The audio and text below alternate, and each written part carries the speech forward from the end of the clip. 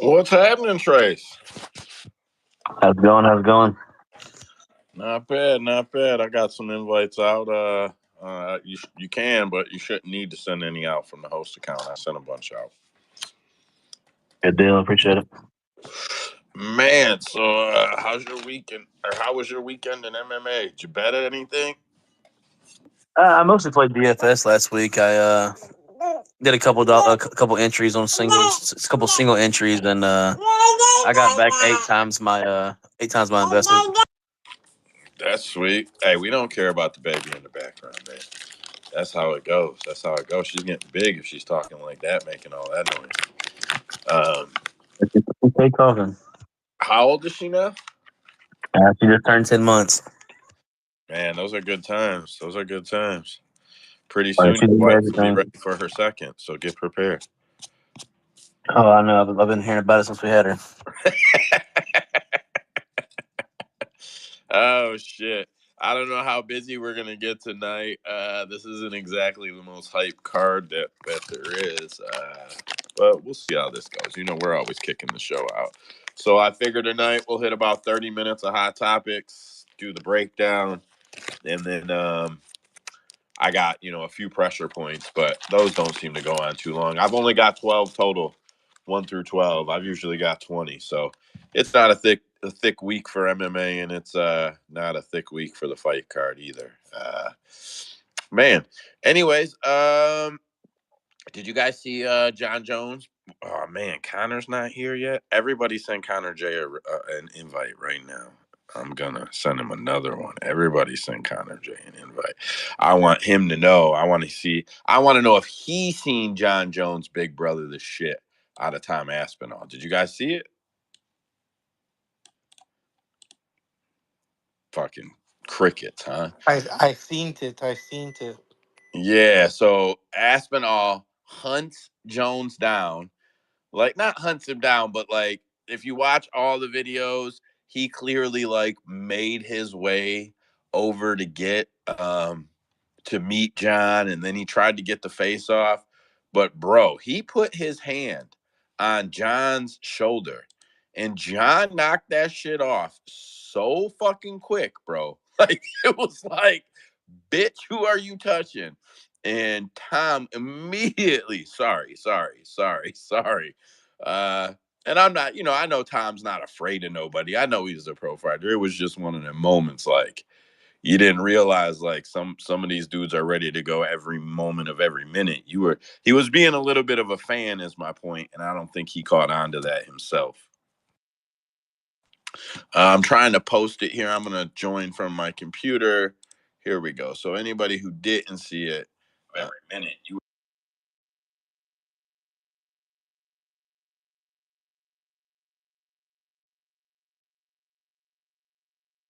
Joe, you went quiet. You went silent there, brother.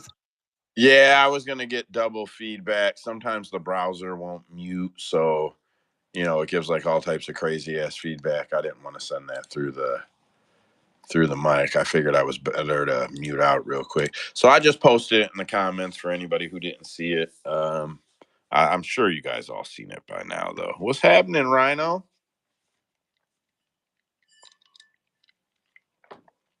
He's still approving there. He's still approving. Anyways, it was a glory moment for me, the John Jones fan, watching John put Tom in his place. It's not that big of a topic, but it was Yo, great. but I do want to say this though. Sorry, I was dealing with my kid. You're good. John looks old, man. John's looking old and fat. He looked like he adjusted to the heavyweight lifestyle pretty well, if you ask me. I mean, well, John is kind of. Agree with that. He looks like shit for a guy that we love and call the GOAT all the time. He does look like shit. He ain't got many years left for how he takes care of his body. He looks like he barbecues more than he trains anymore. But I know he's still Yeah, dangerous in there. I heard that, and I heard that he was a underdog against Surreal God. I heard all that shit. I I'm do want not. to say this though, Joe. I say that, but it has nothing to do with. I don't think it affects his performances. I don't think it really matters. I think just at a technical level, John's just far superior than any heavyweight. He's far superior at light heavyweight. I mean, you don't even have to have a good game for heavyweight to be successful. So I mean, as long as he can avoid the power shot, which he's avoided his entire career, I don't think it really matters what he does at heavyweight. I don't think there's anybody's got anything for him. Yeah, I really don't either. And I know I'm like a John Mark or whatever, but bro, I just don't think that anybody there right now is going to do really anything, if I'm being honest. I've said it. I've said it the entire time since they started talking about the whole him moving up to heavyweight before he started even building up. The only person I think gives him a problem at that weight class would be Curtis Blades because of the size advantage and the wrestling. But even him, I don't think would be much of an issue. I think John Jones could probably get a fucking highlight reel knockout off of Curtis Blades at this point in his career. But the grappling, I just wanted to bring that up because if anything, the size advantage is only really going to be a problem when it comes to grappling. Well, yeah, and like I'll be honest, I used to think the same thing, and I used to say it pretty. I used to voice it, I used to be vocal about it, even in the spaces. But man, just after watching Curtis's last few fights, and I actually at one point not that long ago went back and watched John versus DC. I wouldn't be surprised if John took Curtis down, and like John is a high level wrestler. I don't. We talk about how shallow and how weak the heavyweight division is every week. Every week we come in here and we fade them or laugh at them or have something to say about a heavyweight, and I just don't see how it's going to equate to, oh, but the GOAT could go up in weight and get beat by one of these guys. I know there's a few really good guys at the top. I get it, but I don't know. I just look at the talent level that John has faced his entire career. I look at how people have been saying this was going to be the guy to beat him for the past, since like Dominic Reyes, bro. Like, even before that, oh, he's going to get him. John's old. John's no good. Like, I'm just tired of hearing it. Until John loses, I will never, ever, ever even consider betting against that man until he gives me a reason to. Well, I got you on that point. I'm just saying he don't look that good as I think he would have if it wasn't for all the problems in his career. And there's no doubt the weakest division, in my opinion, is heavyweight because we lose a lot of them guys. They go off into better sports and pay a lot more than what we can offer out here. So, I mean, that plays a role in it. Curtis Blades, no way. I'd take John Jones any day of the week. Hear Yeah, I me would out, say. Joe. Hear me out, Joe. I think John's move up to light heavyweight or heavyweight would have more to do with we've seen him struggle against Reyes in that fight. Whether you think he won or not doesn't matter. He had problems there. He didn't have the success he usually has. It was a close fight. And I think he just realized that like he's losing his speed as he gets older, and he just like, you know what, I can go up there and no matter what, even if I don't have the speed advantage, which he will, or should for most of his fights. Like I said, the technique, the technical advantage is just too big there for him. I think it was a very smart move of him and career longevity. Honestly, few more big fights. He had a few fights he had set up, which I feel like Stipe fights losing more steam by the day, but it's still going to be a huge payout for him. People are still going to tune in, and I think it's a smart, easy win for the guy. Yeah, so I agree that he moved up because I agree that when he assessed where he was at, he probably seen the speed loss. He probably seen his advantages if he went up to heavyweight. And I really think John was in one of those Tyson Fury situations where, like, dude, I don't care anymore. This is 100% on that. That's why he looks this like what he does. this is dumb. I come in here, these guys can't do anything to me. All I got to do is not get knocked out or beat up. I'm gonna win because I have the edges, and I'm gonna get my paycheck. And I think John really wanted to fight Francis. I don't think that was BS. John talked for 2 years and 8 months about putting on weight and getting ready for Francis. And not everybody, a lot of people played it like, oh, now John's here, blah, blah. No, John was there and John was ready. Francis was offered the John fight. John went up to fight Francis Ngannou. So, but I think for John, it was going to be beat Francis, take the easy dub on Stipe, and ride off into the sunset. I thought that all along. So, I think that got fucked up by Francis leaving. And we may get another paycheck, after Stipe, but maybe not, because John got the same. No, he didn't get the same amount of money to fight Gon as he would have for Francis, because John versus Francis would have sold more than whatever John versus Gon sold, in my opinion. Anyway, we're beating a dead horse with a stick here. I posted a few in the comments there, so I'm going to sum it up. McGregor says in one interview that he's got Roadhouse and all these other obligations that he's got to get to. Then in another interview, he says, I hope for December, I hope for January. Everything broke down. I can't keep staying in camp. I'm staying in shape, but not in full on camp. And he says communication broke down with the UFC. Nate Diaz is retweeting it, saying they want you to die before you get out of those contracts. This was me. Free Connor. It's Patty's Day in this bitch. Michael Chandler still catching heat about waiting on the Connor match. Connor said, or Mike post some fan posted. Let me see if I can read it. So DPG posted, just get in the ring, man. Clock is ticking. Mike Chandler retweeted it with fuck your clock. Mine is not the same. Like, he's doubling down. So Connor does an interview. I don't know who he did it with, but I seen it on, and I shared it. I seen it on Championship Rounds. And he says he wants the quadrilogy with Dustin. He says that the Nate trilogy is a huge fight. I've been telling you guys that was going to be in boxing. I still double, triple down. That is going to be a boxing match.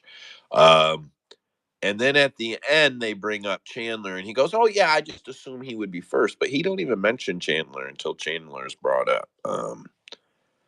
Man, I don't know. I don't think he's fighting. Mike, go ahead, Trace. Let me tell you something. Connor's already got a fight. Connor has a ongoing fight with a cocaine addiction. That motherfucker was so yacked out of his mind at that premiere the other night. I don't know if y'all saw. I'm pretty sure you've seen the video by now, dude. Oh, yeah. I've never seen somebody so jittery. That boy was getting that shit right out the block, man. That was some good shit. Whatever he was on, because he was fucking geeking out. Yeah. So I think. Oh, I thought I shared. Man, I do have a.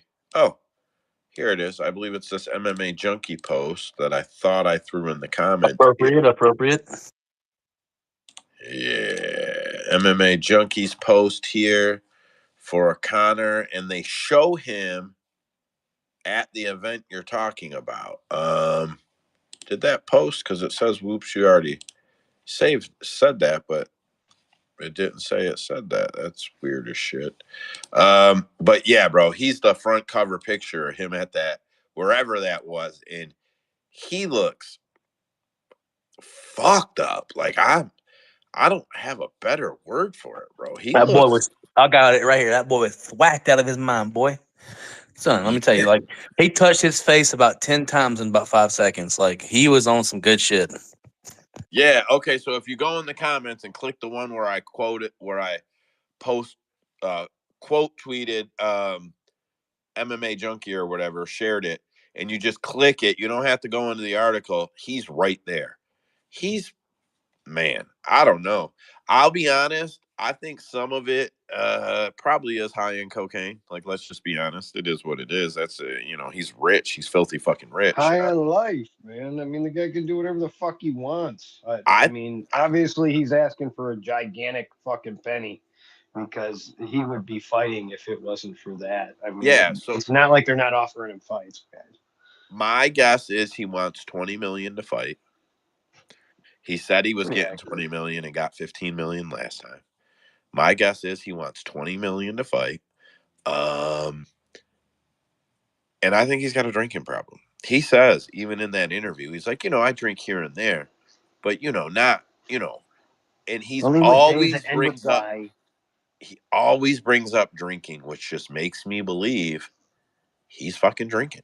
Like, I'm not judging him in the sense like, oh, you're a bad person. I'm just saying, like, when you're not active as an athlete and you're drinking in your leisurely time, usually doesn't favor you by the Well, time you get back. he's got that wife spurting kids out left and right, so he's doing something else besides drinking. All right, so I'm gonna fire up Rhino, I think, right now. I don't know Ooh, why. there we go. With I'm the gonna share this freaking Conor post. McGregor talk. Oh, we got a different one. I'm gonna share this post by MMA Mania in the comments. Mm-hmm. If anybody wants to put these up top, but it doesn't let me. So it says U.S. fans convinced Tyson will KO Paul unless there's a fix. If you open the article, Bet Online used their data to determine that like 46 states or 42 states, that's what they think based on what they're betting and whatever. Man, I'll be honest. If the footage is current that Mike is posting, he is still 10 times a better boxer than Jake Paul is. Like, That is true. I mean, if it really is true, I think that they definitely put a bullshit video of Jake Paul doing those sit ups from a chair and hitting a bag. Either that was done at the very end of his entire workout, where he is dead tired as fuck.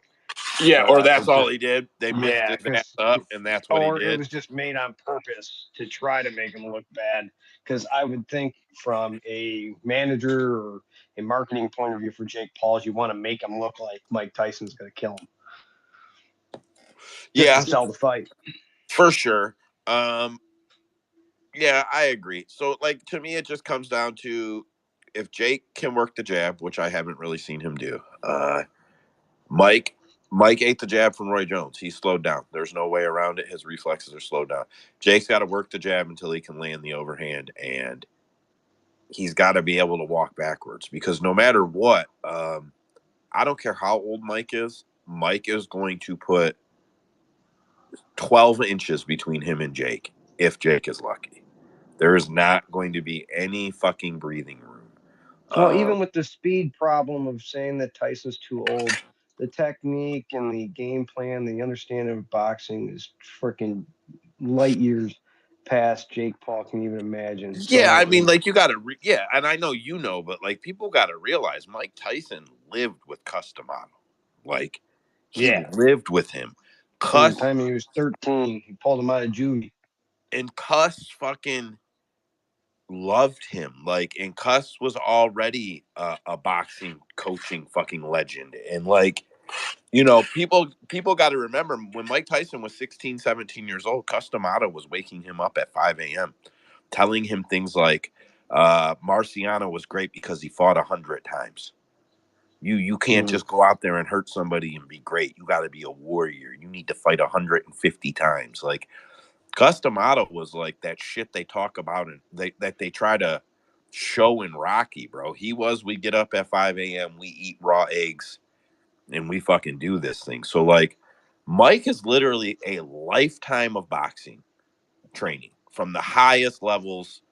Jake just is never, it's just not going to equate as far as that goes. What I Mick think. say? Eat thunder and crap lightning. Yeah, that's probably true. I think that actually is true. It happened. Yeah, I just feel like, I feel like if Mike can keep the distance closed, Jake won't actually know what to do. Isn't I don't Jake the even, favorite? I don't know, but I don't like if you guys have watched Mike, you know what I'm talking about. He uses heavy shoulder movement for complete upper body movement, and he closes distance, And hip closes movement. it. Those Yeah. hips are freaking moving faster than anybody you've ever seen. Oh yeah, he moves all the way from the waist, shoulder side to side. His head doesn't rock. His shoulders do. Like Mike's, his skill set doesn't change really, to be honest. So by now you can kind of see what's coming, but I just don't think Jake will be able to compensate for Mike just standing in his face, and like that's all I think it's going to take. Like literally, Well, just that's put your why I nose would against his pay nose. Mike Tyson an extra $20 million under the table to make sure that he didn't fucking kill me.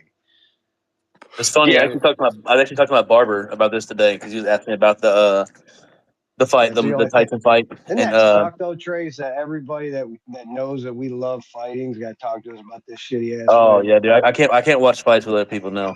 But I'm telling you, dude, I can't because they ask me 500 fucking questions and I can't enjoy the fights. But I get it. People want to know, and I mean, we do this shit for fun and we enjoy it. But sometimes I just like to do it by myself. But regardless, my the barber was asking me about it, and I told him like straight up, like if I knew that at one point during that fight that Mike Tyson was going to land a clean punch and there wasn't a whole bunch of stipulations, I would take a shot on Tyson because I think if he still got that power. If I knew he could land one clean punch throughout that fight and it like no stipulations, him on the PEDs, no headgear, no 18-ounce gloves, like a legit Mike Tyson right hook or uppercut, I would bet him. But there is no way that Jake Paul is letting this man fight fair. Even with a 30-year advantage, you're talking about making him get off the PEDs and all this other shit. I don't know if that's true or not. But if it is, there is no way in hell you can oh, bet Tyson. listen, I am the biggest Mike Tyson fan in history, and I have to believe that Mike Tyson knows how to beat those tests.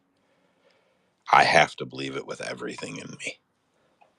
Well, it's if he turns into that warrior thing, the shit you're Nah, talking bro. about. Like in his book, he talks about once you get to that point, I don't want to be that person anymore because you just become like the devil. And he would talk about how nervous he gets before fights, and he was like would be shaking and then just like curled up in a ball back in the dressing room. And then as soon as they play the music and come out, he's like, finally, I got released off the chain.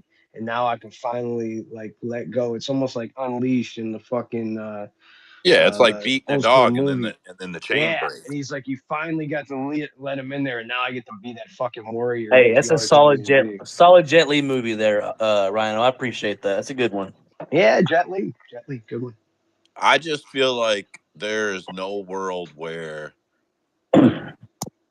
Jake Paul I can hope he's a box Mike dog so I Tyson. can just like lose money on Mike or at least win money so I can tell these bitches this was a stupid fight. So I will say this: Mike actually does not like Jake.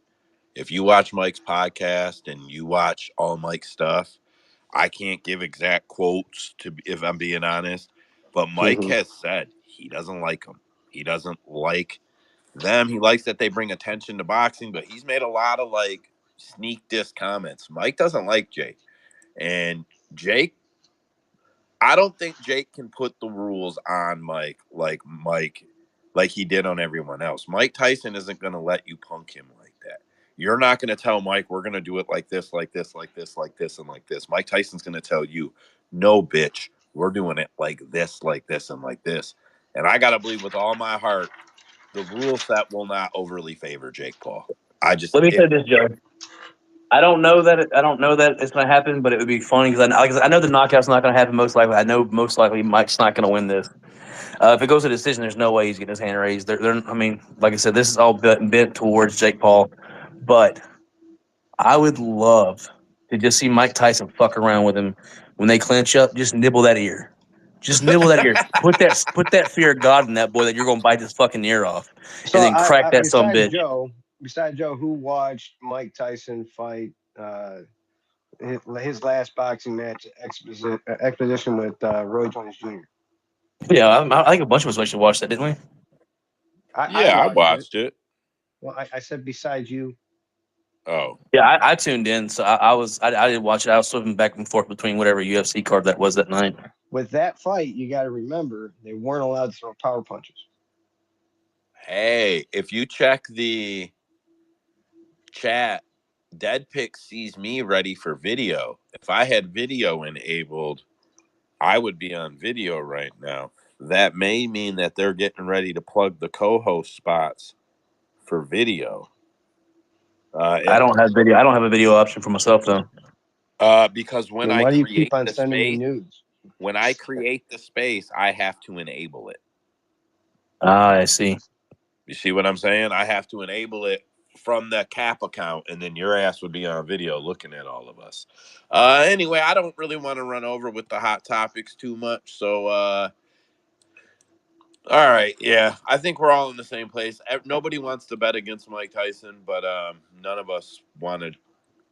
We all do this every week for a hobby that is like a passion hobby, and we all just have too many red flags there. I Plus, think, we'd probably boot you if you said Jake Paul was going to win. yeah, you got to No, go. Fuck reality. you. Like, Mike even if I Tyson is thought the that, I most. wouldn't say that. I'd like keep it to myself.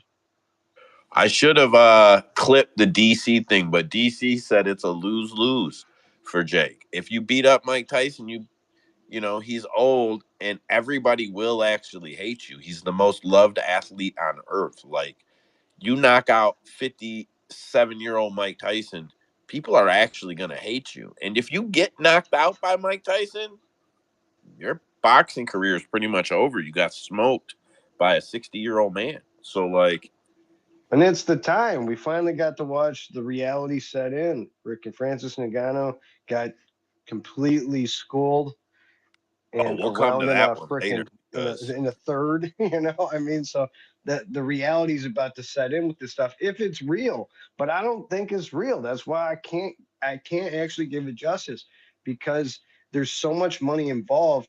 You're even putting more stress even on these guys when you're paying them. I mean, you had Ben Askren has said it, freaking Woodley has said it. They made more money off of fighting him than they did their entire fucking but UFC that's careers. not Mike Tyson. That's That's fucking that's nuts. not Mike Tyson right now. And Mike's got money right now. People are like, "Oh, Mike's Exactly. broke." Mike's got money. Yeah, I money's guarantee you talk. Mike has more money than Jake Paul is paying him. I guarantee it. And I The wouldn't guy be went surprised. bankrupt twice. Who, Mike? Yeah, but ever Yeah, since that documentary came out and shit though, bro, he's been making money and his wife takes good care of his finances. Like, Mike's well, doing it better well. not be his wife. He He'd also has pay a a couple of financial successful. advisor. He has a couple cannabis streams as well. Yeah, like he's killing it, bro. His wife is very healthy for him as a Well, I'd also financially. say that like his career is going good in like the podcast and all that shit too. Outside of Funny like thing, did whether or y'all not see he's that? making money. Did you see him and Evander Holyfield collabed on edibles? It's a piece of it's Holyfield's ear with the bite taken out Yeah, of it. yeah, yeah, yeah, yeah. It's I've edibles. seen those. Yeah, I've That's seen that. awesome. They've been teasing and joking about it. Did you ever see the commercial where Mike takes him back his ear in a Yeah, box? yeah. I think it was a Super Bowl commercial. Was it? It was Yeah, I a think it was a great Super Bowl commercial. commercial. There is a great story from Evander Holyfield when he says after that fight with the bite of the ear, he's going down in the elevator at the hotel and walks in and it's fucking Mike Tyson sitting in the goddamn elevator. And he's like, we didn't even talk. And somebody asked me why I didn't fight him. He's like, I just fought that man for like $100 million. You think I'm gonna fight him in an elevator for free? Well, and that's just it, bro. You get knocked out in the elevator, you know, where the fuck's that gonna go for you? I just Hmm. posted in the comments. Um, Ilia Taporia is a star week 5 here, guys. This dude is a fucking star. So he just went back to Georgia. Hang on, You Joe. know, Hold on. That's one more thing. Let's be yeah. honest though. A fight in the elevator heavily favored Mike Tyson, so he wouldn't try to have that fight anyways.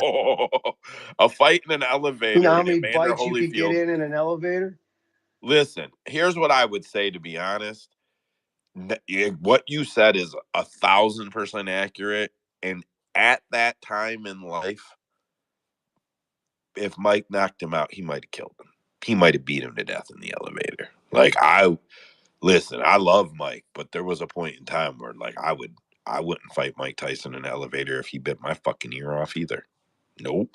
So yeah, I mean, there does come a point of reality, even when you're a professional fighter. Like, no, we're not going to do that, you know. So, like, yeah, I don't know. I hear you though. Like, yeah, Mike Tyson in an elevator. That's a whole different fight than Mike Tyson in a fucking boxing ring.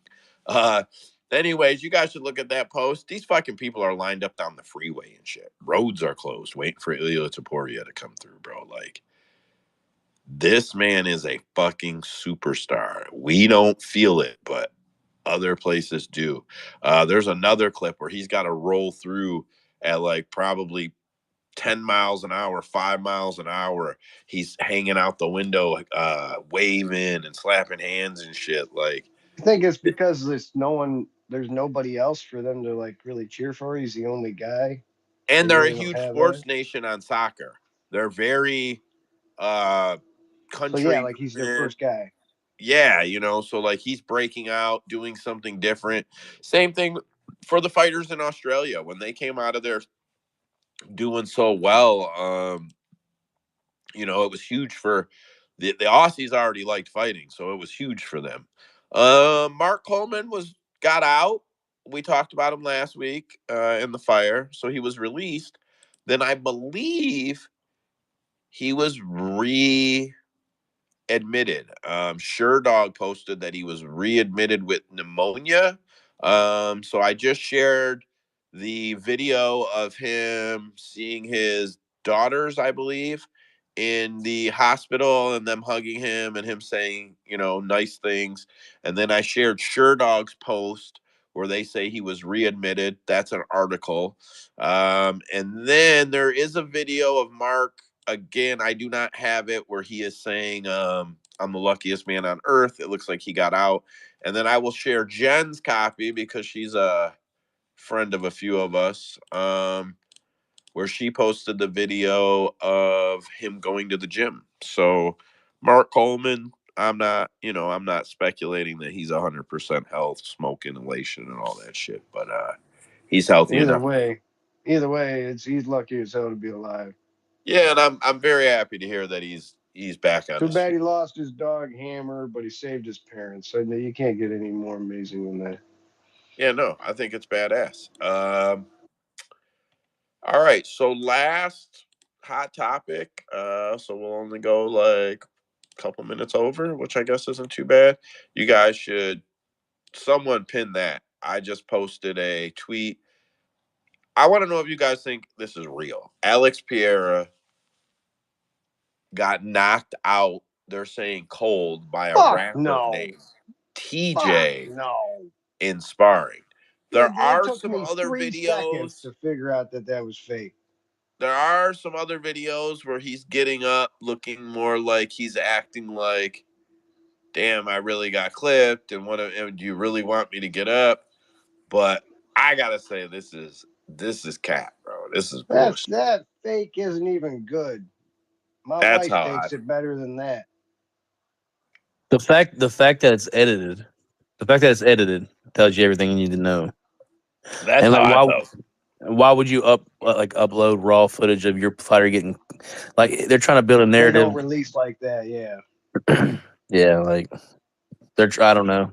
Maybe they're hoping that Jamal Hill goes in there thinking he's chinny and just No, sells they out were trying to helping knock him out. out. So They were I probably was gonna helping the say, does rapper. They were anybody probably think helping it's the rapper out by making does him look anybody good. think it's him making a joke about Jamal Hill having to box him? Because Alex is fucking hysterical. I don't know if you guys follow him on Yeah. social. He's fucking hilarious. He's one of my favorite follows.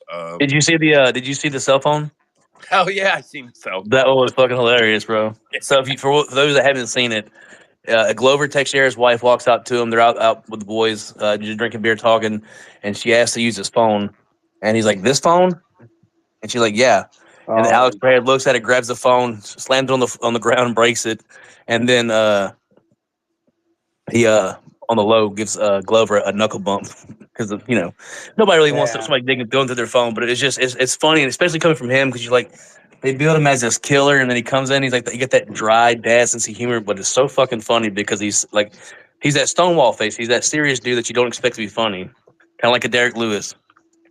I got it right here. I'm gonna put it in the Oh, they're comments. definitely funny. They have posted lots of videos with some good humor. So I think they got some people trying to promote that and help them put all that stuff forward. It definitely makes sense. He's becoming a superstar, so it's not a surprise that they're coming up with them joke. I've seen that same joke a bunch of other times through like Instagram. So they're kind of All right, remaking the bro, same thing. calm down. We just talking about it was No, I'm funny. just You saying. ain't got to shit on the guy. But like I get why they're doing that because he's a superstar now, so they got to promote him, and that's going Well, on no, good he for him. plays little jokes. He's been doing jokes with Glover and shit for a while. He's Oh yeah. But they've also bought each other like fucking motorcycles and shit. So Yeah, he's Oh yeah, well they're best friends. So, yeah, Usman, I seen you had your hand up, bro. What was it? What's up, dude? yeah, just hop in. There's like a few of us today. Jamal Hill's gonna knock his ass out, man. He's Oh, out here. 100%. He's Oh, out bro, here. that's cool. Cause I was just about to say, for the record, AP is about to knock that whiny motherfucker out, bro. No, Out. you're gonna see, man. Fucking, he's already talking about UFC 301. He's fucking out here doing skits with rappers and shit. He gonna get put to sleep. Nah, bro, you I gonna mean, be so I do sad. see one Hey, point, man. Usman, I mean, y'all want to Usman's see? on the fucking time of saying he is trying to be an entertainer a little too much, and I know that he's a very good, great guy, and I know Joe thinks that he's like the Mike Tyson of fucking MMA. But if he gets a little too much into the fucking play life, he is gonna get knocked out. I Look, I'm know. gonna show you. Listen, I'm gonna show y'all my best Connor impression. This is what I'm doing when Joe's talking on that fight. Eat that shit, boy. Connor, the Connor special. listen here, bud. I don't see no sniffing. This will Not not be not that Connor. this will be me in here saying I told all you motherfuckers, and then Usman going, "No, I bet him. I bet him." And Rhino saying, "Well, I didn't say Jamal was gonna win, so fuck you guys." I'm gonna give you my 10-second take on that fight, Joe. I saw way too much from Alex Mejia in the Jerry fight with him freezing up when the pressure came forward. The difference is Jamal Hill throws straights and crosses. He's going to put that man to sleep. He's going to freeze up like he did because he gets panicked when he gets put up against the fence. Jamal's going to back him up and clip him. And then he's gonna fight his brother in the crowd. It's gonna be fucking amazing. Yeah, I know Jamal Hill, the striker, right? I know all about him. Jamal, Sweet Dreams Hill. Just explain to me this. Tell me this real quick. Who is the high level striker that he fought that makes us feel like his boxing is so elite? Who is that? Just what was his name? Glover, the one that beats up Alex Mejia all the time in practice. Oh, Glover. Glover is the okay. Okay. That's cool. Right on. So based on him training with Glover is the reason why you think he's a better striker? No, No, no, I that's not. think I don't think he's a better striker. Alex Mejia is by far the bit more decorated fighter. I think the matchup's bad for him. He panicked whenever Jerry got close to him. He's gonna blitz in and crack him, dude. And he's gonna go to sleep. Like Alex has shown a questionable chin already. Like, I mean, is he knocking him out? It's a pretty bad look. Like out cold like that. Yeah. I mean, if he lands clean, he's going to sleep. Yeah, that's what I'm saying. Like, there's only a matter of time. AP is about to start, going to sleep again. It's almost like watch out, don't get too much on this train because it's gonna get derailed. I just think the way that he's kind of running, he keeps on fighting. I think it's for money, even though it's worked out for him and he's got all these wins. There's going to be a train derailment. And I mean, this is a good spot for people to pick up on it. But, Jamal Hill is still kind of questionable in my eyes. I mean, he's done some amazing things, but he's also kind of got that same belly as John Jones does. Joe, yeah, at I 205. always say At 205. skills do not win fights, despite what people might want you to think. Tell that to Skills every don't guy win that ever fights. fought John Jones. Fighter, yeah, John Jones isn't the most skilled fighter. You wouldn't say Bullshit. he's. At You what? wouldn't say you wouldn't say he's the best boxer in the UFC. You wouldn't say he's the best wrestler in the UFC. But I would say he's the best fighter in the UFC. Ah, he's A the hundred best. percent, 100% the best One fighter in would the one UFC. might say the best mixed martial artist. You would say. So I'd Yeah. say fight therefore, IQ, he fight doesn't need IQ. he doesn't All need to right. be the better All right. skilled Let's striker. call He's it. gonna knock his ass out. Well, I'm 7 minutes over on hot topics. Let's hop into the card. So Hey, I guess baby, when the topic is hot, it happens. I know, but if I let it go, then we'll fuck around and it'll be we'll be 15 minutes late getting into the car. Man, Nah, I this don't know card who right here. fight. This card here, we can fuck around and talk around a bit on. This one's not Yeah, going to be no a shit. There's a super. lot of debuters. I don't think Listen, I it's don't hold gonna be on. kind of I hard. don't hold on. I don't know who fight GPT is, man, but I don't know how you use GPT, but if you're using it to bet and using it to try and render solutions for fights, DM me. I got some pre-saved GPT stuff, man, that maybe we could talk. I'm not doing anything with it, but I got it to predict several fights correctly. It hit at like a 7-1 clip or something. So I don't know. Yeah, whoever that is over there, man, you can DM me anytime. I fuck with GPT all the time. Anyway, so it is UFC Fight Night Vegas 89. Ribas versus NAMAJUNAS, also known as UFC on ESPN 53. I think it's fucking dumb that they made all these names. I thought it was UFC Vegas 53. 89. Like, What are you did I talking say? about back in the 83? past? You said Did I say 53. 83? Yeah, like, it sounded like 53. No, you said 53. I thought it was UFC Vegas 89. I said UFC Vegas 89, UFC on ESPN 53. Oh, okay. Thanks for And the that's what I'm clarification. saying. It's dumb as shit that they make all these names. Like I like the Vegas deal. It makes sense every time it's in the Apex. It's just a cool way for us to count off the Apex cards. It sounds better than Fight Night, whatever. I liked it. But I don't know. I hate that it goes back and forth. So whatever. It's on ESPN 50. Probably a stupid regulation where they got to call it something for like all of the No, it's media websites. purposes. Yeah, Yeah, media purpose it's bullshit. media purposes. All right. So I did do a big update for the website. It's having a problem where it's loading very slow, like every sixth or seventh time, and I mean like obnoxiously slow. So as soon as I can work that out, I'll get it updated. But I have an update. We have tail of the tape now. We have book counts. We have days that the books have been, or the days that the odds have been reporting, and it'll all be right front page on the book. I have sent it to all you guys in the team room. If anybody wants to use it, you can DM me. I'll send you the link to it so you can check it out. But it loads slow and it's pissing me off, and I won't put it on the front page like that. So yeah, it is what it is. Damn, a whole bunch of new odds came in. Who's fighting on the 22nd?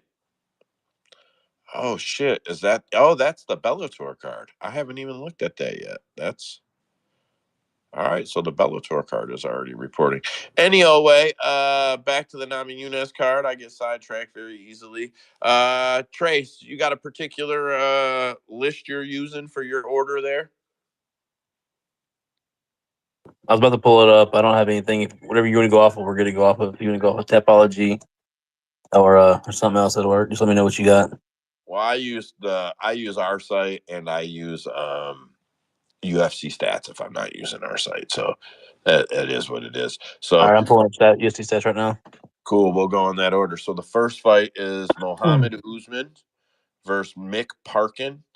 I'm gonna holler out their odds first. So Mohammed is a global average plus 119. That's over 29 books. And Parkin is minus 147. Tail of the tape on these guys says that they're fighting at heavyweight. Mohammed is 6'2, 79 inches of reach, expected to come in around 240 pounds. Mick Parkin is 6'4", 79 inches of reach, so same reach, 2-inch height advantage. Expected to hit the limit, 265. These guys both got 3 UFC fights. Mick lands at 4, absorbs at 4. Usman lands at 3, absorbs at 4. Uh, Mick averages 2.3 takedowns per 15. Usman is at 1.6. Neither guy does much with the submission attempts. Both guys are 3-0 in the UFC. I'll be honest. I don't think Mohammed Usman is that good. I'm probably skipping this fight. I don't know. It seems like they want this guy to win. It seems like they're trying to. Nobody thinks he's that good. And that's Yeah, exactly why he's going to win. yeah. Like, Yeah, the Usman hate's been huge on it for a long time. well, I feel like he has that UFC favor, that Dana White But I favor. would Like, say Parkin sucks too. I don't think he's that fucking good. This is he's kind of eight a and pick and zero. fight. You He's know? 8-0, but you watch his 2 UFC fights, and they're pretty sloppy. He got luckier than fucking his last fight. How they Yeah. even got the decision, and no matter what, it's a sloppy fight. I just can't give him like what is he good at? I don't know. Sloppy everywhere, throwing. It doesn't look like he has good stand up. He Usman's looked good probably got against the Jamal Pogs, though. That's the yeah, fight I remember. He looked good against Pogs. because he won it better. He won more, on that. Usman, I think if he takes him down, I don't think so. He's also got like the lucky of his last guys kind of sucked, in my opinion. I mean, he beat Jake Collier, who's For not somebody really that a got to take, heavyweight. for somebody that got to take, you sure got to take. That's why I just think it's a pick 'em because they both kind of suck. So D baby, good to fucking see you, I bud. don't know who that is. Who is D Baby? I remember him back in right around the last war. He used to come into our spaces sometimes and he'd talk fights with us. He Oh usually asked us man. about the originals. So this is the first time he's been here for the original fight. So D Why the fuck Baby, did you you just got turn the into a mic. plantation owner? What the fuck? D baby, what you got, bro? Get on the mic. Hey man, honestly, man, reason why I ain't been in the space, man, cause I've been stressed out fucking with my girlfriend and shit, man. She got me out here stressed out in these Vegas streets, man. Fuck You them have bitches. babies Get or away something? from 'em. Pass that bitch. They gotta Man, go. They gotta bruh. go. She be at Floyd Mayweather house a lot too. Well, I then think she she's be really time to go. Really time to go. I think she be fucking with one of his boxers or some shit, man. Shit got me stressed out, man. I think that's why I'm on a losing streak. I can't focus right now, man. Like, hey man, I think I'm on an 8 losing streak on this MMA shit, man. I'm sick. Damn. Whoa. I need y'all help for real. All right. Well, stay Man, I away was from gonna this ask fight. you who you got Stay in this away from fight, this but fight. maybe I This don't want fight to know, sucks. bro. Who muted? Trace on accident. It was no, it went on accident. All y'all talking over each other. Nah, honestly, I think that my bad streak win when I put that 5K on Tom Nolan bitch ass. Man, that since then? It's been since then? Then since then, dog, cool. Since All right. then, Well, at Joe. least, hey, I was on the Isaac train and got derailed, so I can tell you that too. Oh yeah, you argued me pretty hard on that one, but hey, he was the side for sure, man. He should have won that fight.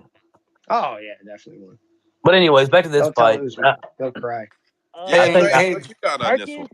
hey, Let me. baby, did you bet on Josh Cooleybout last week? Oh yeah, I had him. Lost Son of like a a bitch. Me motherfucker. too, man. Me too. I thought Coolabah had that. You know what I'm saying? I'm about to. Hey, you know what? I'm about to switch up my strategy. Like, I mean, I do be doing the straight bets and shit, but I be taking L's on the straight bets too. But I like how Blood Money does his strategy. Like he just be picking his spots and just building up small wins and shit and just stacking that shit. But I be losing patience. I be impatient. I be trying to like put racks on them, one whack it and shit, or a long ass parlay and try to come up big. But I just gotta slow it down or something. I don't know. I gotta yeah, you figure just need to something. pick like 3 or 4 plays that you really like, play them single, then parlay them together once. Don't do a whole shitload. Just Hey, build just a I do the strong little. single bets too, though. I do the single Yeah, bets yeah, and yeah. I boxing know, and but shit. you be throwing like 12 and 13 and shit. Sometimes 20 leggers out there, and it only takes one to bust them motherfuckers. Yeah, yeah, Let's yeah. practice on the next fight He was because that up one's on him another though. tough one. Trace, are you on that fight, on that Usman fight, or no? Yeah, man. I I think think Usman. Usman gonna win. I think Usman gonna Usman's the win. side. I think Usman's the side. I think he's gonna have he's gonna be the bigger, stronger, naturally stronger guy. I like Mick Parkin in his last fight, and he did win, but he just doesn't impress me. Like his boxing wasn't as crisp as I thought it was. I feel like for this fight for him to win, he has to be able to clip Usman, who is there to be hit. Uh, I just think his style, he has to pin somebody up against the fence, McParkin, to get the takedown. And I don't like if you watch his fights, he doesn't stay on the fence. Like he fights off the fence pretty well. I think he's going to be able to grab a hold of him and get the takedowns in this fight. And I think he's going to edge out another boring win. I think Usman takes this fight just from being the bigger guy with a better cardio. Like I said, I like to bet on the guy with the cardio, especially in the heavyweight division. And I think Usman has the better cardio here. There is a big thing where he doesn't throw any leg kicks. Usman has 0 leg kicks thrown in all of his fights. Don't know where Well, to take it. we're Just gonna wanted find to out tell about you. his. We're gonna find out more about Usman though because he's never been taken down, but nobody's ever shot on him. So yeah, it's gonna be if Mick's able to get him down, I think that's a fight. But I don't think he's gonna be able to move Usman around too much. Usman, what you got? Usman over. Usman decision. Let's go to the next fight. Oh yeah, over for sure. Joe, what you got next on the docket, bro? All right. So up next is Igor Cervino and Andre Lima. When I go over to the odds board for these boys, Igor is a plus 147. That's over 26 books average. Andre is minus 185 over them same 26 books. Tail of the tape says these boys are fighting at 125. They're both 5'7". Igor has a slight reach advantage, 69 inches to 67 inches. Both guy has one UFC fight. I'm not racking off the stats. It doesn't make any sense. The statistics Well, they're heavily Dana White Contender Series. They're not UFC fights. well in the stats. So for statistics speaking, for when you're talking about statistical calculations, those are counted as UFC fights. So when I'm breaking that down, those are UFC fights. I am not very high on either guy, if I'm being honest. I know that Lima is a knockout guy, and I know that Igor, because I was looking these guys up a little bit. I know that he's like a split. He's got like 4 knockouts, 4 submissions, all finishes. Man, I don't bet on 125ers that need to get the finish. It's a rule I have. Trace, what you got? Yeah, I'm not really picking a side on this fight. You're giving me two contender series guys or two debutantes coming into the UFC who are both finishers at a lower weight class. Yeah, give me the over. These guys aren't going to knock each other out. It rarely happens out that way. Uh, give me whatever. If it's over 1.5, give me that. If it's over 2.5, give me that. But if there is a finish, I think it's going to be on the Lima side. It probably happens late. Yeah, I like the over in this fight. Rhino, you had your hand Over up. Go ahead. over 1.5 over 1.5. What is the line? Uh, Uh, I'd, I'd have to I can look that click over part to the up. site and It's tell you one. right now. It's 1-5 right now. It's what's the line It on it? Do you should be know? 1-5. Minus Should be. 175. Oh yeah, Oh that's, yeah, Yeah, throw it's that baby in a smart. parlay. I even like the over 2.5. Like I said, this fight, if this Well, the over finish is probably happens, plus. if the finish happens, it probably happens late. But this fight probably goes to decision. We see it all the These, time all with right. these. I watched some tape on these guys. They're both young Sure, I was done. Danish guys. They're 20 years old, 25 years old. They're both undefeated. They're about to get their shot in the UFC. I agree a lot in the over of what Trace is saying, 100%. Uh, I think the line's very close on both of these guys. I mean, Igor is just a light dog. I watched some tape on him. He does have some pretty decent grappling. Igor does. Lima is a kickboxer. They quoted in one part in his fight about how he was a kickboxing champion in like the Southwest. I don't know if that was the Southwest of Brazil or just the Southwest of the world or anything like that. Uh, all I'm saying is on this one, they're pretty both even. So I'm kind of just sticking on going with one side of Igor being a lay and pray, maybe a finish from the top because he does have some pretty ground and pound and he's got a pretty good gas tank. He put a little too much in one fight, but he's 20 years old. And then with Lima, he's a kickboxer, so he lands both of them kick really hard. It's probably going to hell of a war actually that goes to decision like Trace is going, but it's a tough fight for me.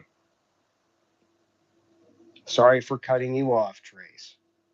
Don't let it happen again, boy. Usman, what you got on this fight? Over, but I wanted to ask a question. Trace, is it because we're from the South that we say debutante and others say debutant? Because that shit annoys the fuck out of me, and I ain't never heard debutant before.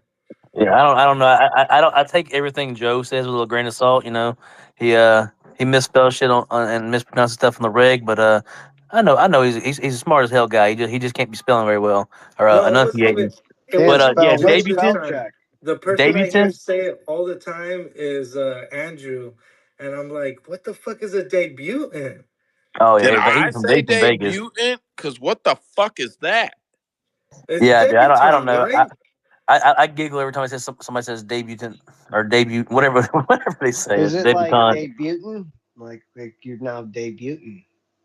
Anyways, listen here, Trace. Let me explain something to you, bud. I want you to understand this, right? Because I mean this wholeheartedly, bro. I went to Detroit public schools. Okay, when I tell you that we did He's not have lucky to be alive. no, bro. When I tell you we did not have textbooks, when I tell you we literally did not have textbooks, pencils, and paper, we literally did not have textbooks, pencils, and papers. So, like, I don't care that I can't spell bitch, and I don't care that I can't It's say bitch.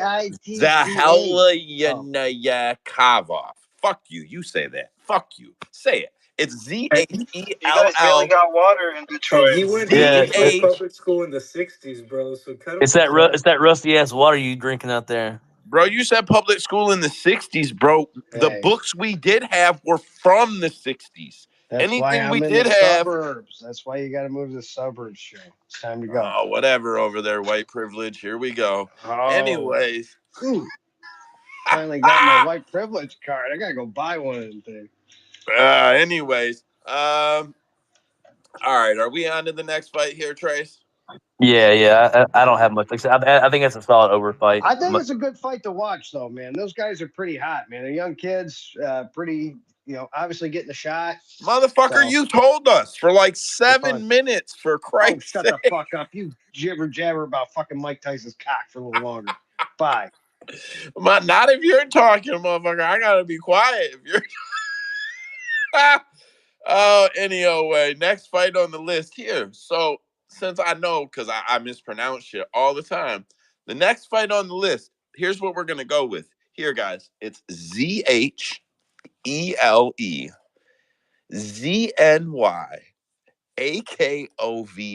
You tell me how to say that shit. Because you want to know what I'm going with? You say she Daria. hot. She's Her hot. first name, her first name, Hot. Daria. So we're gonna go with Daria versus Montserrat. They're fighting women. it's a Lindsay Kova. Yeah, What? Zelensky Kova. Just look at the letters, bro. There you go, guys. I bet you that John Anik says it different, and you both sound like fucking dumbasses. I hope so because he's the goat. I want it recorded He for is, next week. bro. I want it recorded Listen, for next when week. I used to worry about the pronunciation, I'm not lying to you. I used to go like, if I'm like, fuck, I don't know how to say it. When we first started doing these joints, I would like go look up an Ariel Hawani or look up their name and find an interview and try to find someone saying it and shit. Bro, John Anik is that guy. Ariel cries a lot, like he tries to enunciate it. John Anik doesn't. So John Anik asked the fighters, how do you want me to pronounce it? And he just posted last week. I cannot remember whose last name it was, but he said, for all the haters out there, I have written proof for you that he wants me to Americanize his last name. He does not want me to pronounce it like it is pronounced in his homeland. So, like, I like that John does that shit. So you're Bro, telling he me lost me. you go and do research and then come here and call Kennedy's Nchukwu, Kennedy, and Jakawani? No, motherfucker. I said when I used to, bro. Back when I first started hosting these joints and I was doing the tail of the tape every fucking week and I was doing the tape work every week. And I'll be honest, when, I did tape work when I pronounced that fucked up name correctly. You're like, oh, you heard that shit said Bro, like 10 Ariel times. was trying to sell the Let's Adesanya talk the bullshit for the fight. longest time. Like when he started doing the Adesanya, nah, dude. Like I ain't going to that guy for enunciations. All right, any of you guys watch any tape on these chicks? Who the fuck wins? Hold on. Hold on. I want to ask Trace this. You know why he let that go, don't you? No, Because ESPN told him stop. He was under contract with them and they told him to stop. Good. It was a stupid argument, anyways. Like if he's fine being called Adesanya, why do you care? They told him they wanted the uniform. They wanted everybody to be able to say it and it sound the same. They didn't. They felt like it was like basically they felt like he was being shitty to Israel. So then he had to defend it in an interview, whatever. On from there. Anyway, Montserrat versus Daria. They're fighting at 135. Montserrat is 6-0. Daria is 8-1. This is Daria's first fight in the UFC, and we watched Montserrat fight Vidal. That fight happened September 20, September 23, 2023. She took Tamiris Vidal to a split decision. Um, I'll be honest, I didn't do any tape work on this, but I would blindly fade uh, Montserrat after that Vidal fight. Yep. Trace, you're the tape guy. What do you got on this? Yeah, I'm not too invested in this fight. I feel like Zelenskova is the side in this fight. She should be able to go out there and if the fight stays striking, she should be able to land the better, cleaner strikes and eventually possibly get the finish late in the fight. But Rendon's kind of interesting, man. If she's able to get the jujitsu going and the wrestling going, if she's able to get the wrestling going, let's put it that way. Uh, if she gets her on the ground, man, she's got a real chance of being upsetting the fight here, man. If I were to bet the fight, I would probably bet the dog side, but I'm not going to. I'm probably not going to have to take a bet out on this fight, but I do think Daria is the side just at. I prefer to take the dog in a close women's fight just for. I mean, they're almost 50-50, especially for debutants, especially for them old damn debutants. They're about at 50-50 win loss ratio. Debutanese. So You debutanese. yeah, so for me, it's dog or pass, but yeah, I do think the finish could happen for the Zelenskova side. Yeah, So how do you feel about over 2.5? no, I think whoever wins is probably going to win either either late in the second or early in the third. If it's set at 1-5, yeah, take it, but it's a women's fight, so I highly doubt it's set at 1-5. Oh, it's not. I'm looking at the site right now. I didn't shout out the odds. And, I haven't been opening the rounds, even though we have them, the over unders, man. I got to get on top of that once tail of the tape is over here. So the over is at 2.5 minus 280. Daria is a minus 204, and Montserrat is a plus 173. So you feel good about the over 1.5? Well, here's the thing: is that I feel like for that fight, it's one style versus the other. It's the grappler versus the striker, and they're pretty, I would say, weak in the area of the fighter's strong suit. So I feel like whoever is able to implement their game plan is probably going to win this fight. And I feel like there's a big enough gap in the styles that they should be able to finish it. So if I'm being honest, the reason I say I would fade Montserrat over the Vidal fight is because I taped that fight. And I was very high on Montserrat. I shouldn't say that. I liked Montserrat, and I did not think very highly of Vidal. And it was more of you should be able to come out here and finish this. You should be able to do this. If what you did prior and what the way you're built holds up, I really expected her to get it done. And when it went to split, and I didn't feel like it. I didn't feel like the split was unjustified. I just remember feeling like, man, I will not fucking bet this chick again. So that's where I'm at. Like I said, I didn't tape this fight, but I have a very bad taste in my mouth from her last fight. Spite it being a win, spite that I cashed. Just whatever. It is what it is. Usman. Don't overthink it, because you know what you just said?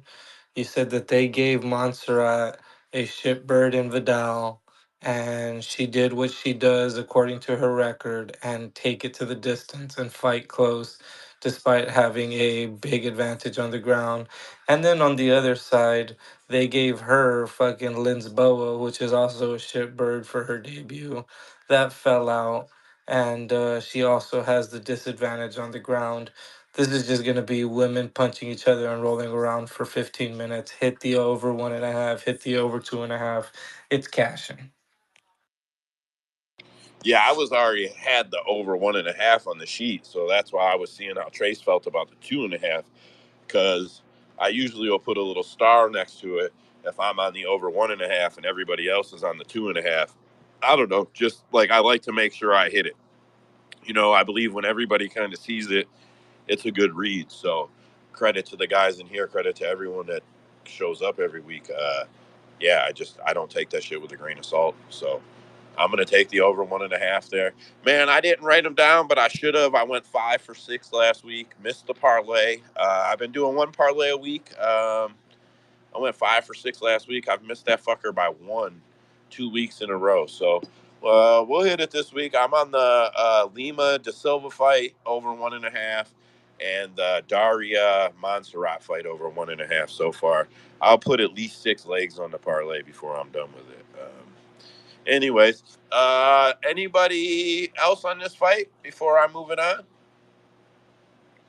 Okay, well, we'll take that for what it is.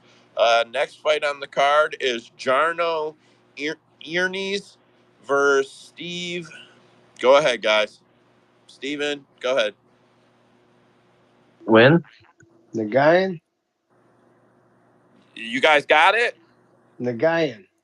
It's win, and you didn't even say Aaron's right, bro. You said Earnies. Fuck off, bud. Uh, Hey, um, I'm all gonna right, call you so guys the last name police from now on. I mean, these boys are motherfucker, who fighting gives at a shit?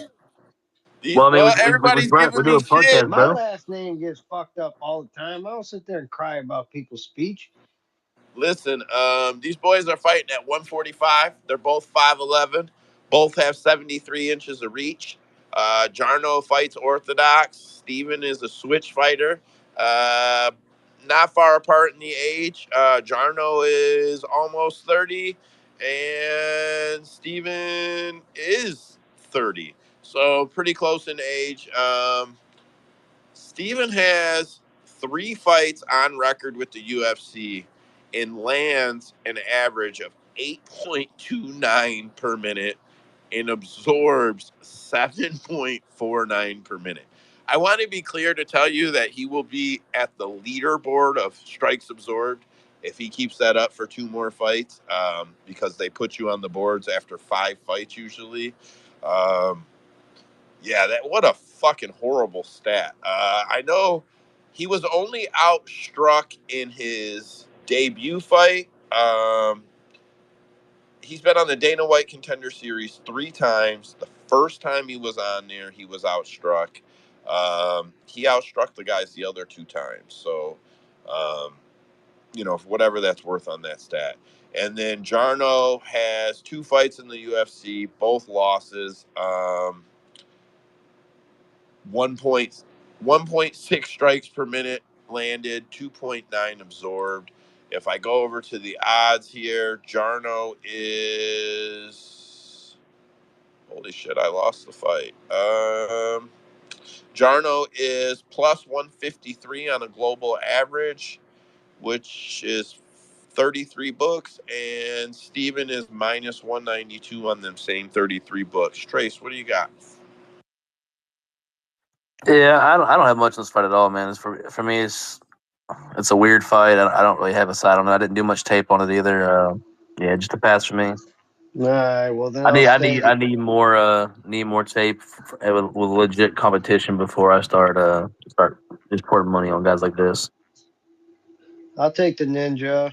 Uh, I think this fight's set up for Jarno to get cut, kicked off. They're both around the same age. Stevens is coming in there with his debut. Uh, they're even on height. They're giving him his last chance, and I think he's just going to fall back on it. So I'll take Stevens. I think the line makes sense.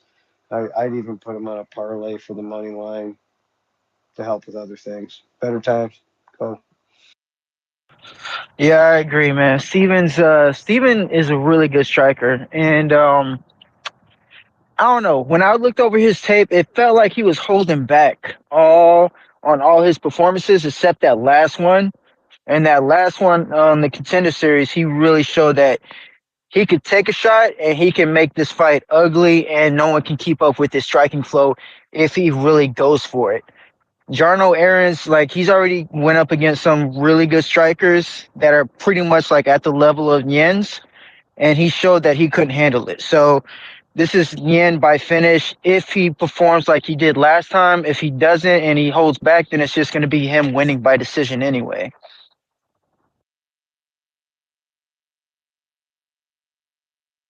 All right, Joe, what you got next for us? All right, up next is 145-pound fight between Ricardo Ramos and Julian Erosa. I'll hit the odds first on this. Over 32 books. Arosa is plus 135. Ricardo is minus 167. The over appears to be set at 2.5. Over is plus 125. Under is minus 155. If we go to the stats, Ricardo is 5'9", 72 inches of reach. Julian is 6'1", 74 inches of reach. Both of these dudes got a rack of fights. Julian lands over 6, absorbs over 6 per minute, 1.6 takedowns per 15, or takedown attempts per 15. Ramos lands at over 3, absorbs at almost 4 per minute. 2.79 takedown attempts per 15 minutes. Ramos has 72% takedown defense, which is very notable. Arosa has 61% takedown defense. I'll go ahead and give my take on this fight first. I have to see a glaring difference, something that makes me say, holy shit, to bet against Arosa. So, I don't know, man. I'll probably take the under 2.5. But come fight day, I wouldn't be surprised if I switch that up and just take Julian's money line. I'll probably hit a little more tape on this one through the week. I got to find a reason why he's going to lose. I am an Arosa believer. Trace, go ahead. Bro, Juicy J about to cook this man. Juicy J about to go in there, start slow like he always does.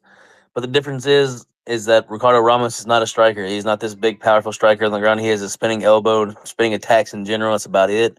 Yeah, man, I think we see round 2, if not round 1, KO from Juicy J. Yeah, I mean, I feel like it's straightforward. Give me the cardio edge. We just seen Ricardo Ramos, like, once he gets pressured and taken down, or once he gets pressured, he folds under pressure. We just seen it with Air Jordan, Charles Jourdain.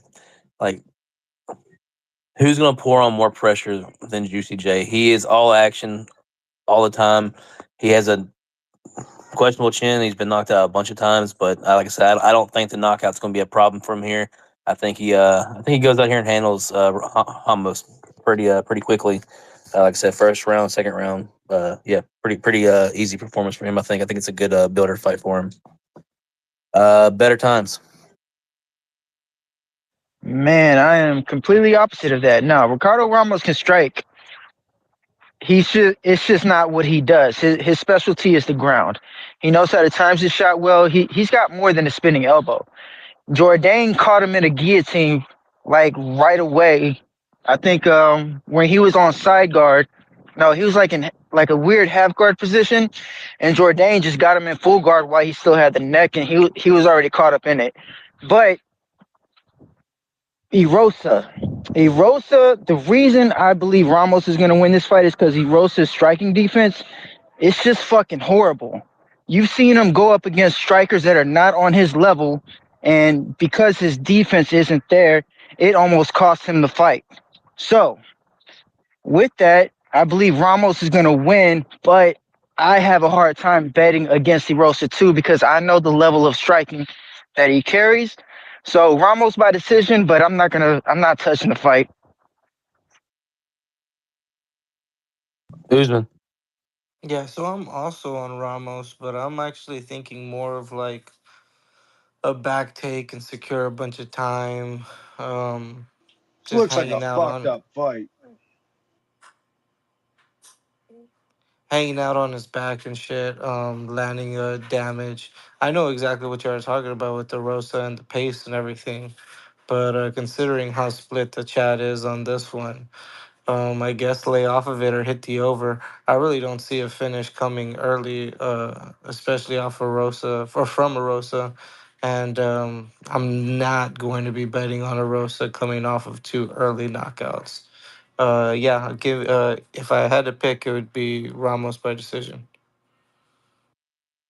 Wow, I did not figure I'd be on an island there, but hey, I was on an island with the Robbie Lawler fight as well, and that one cashed. So yeah, Joe hopefully agreed I do it with again. you, asshole.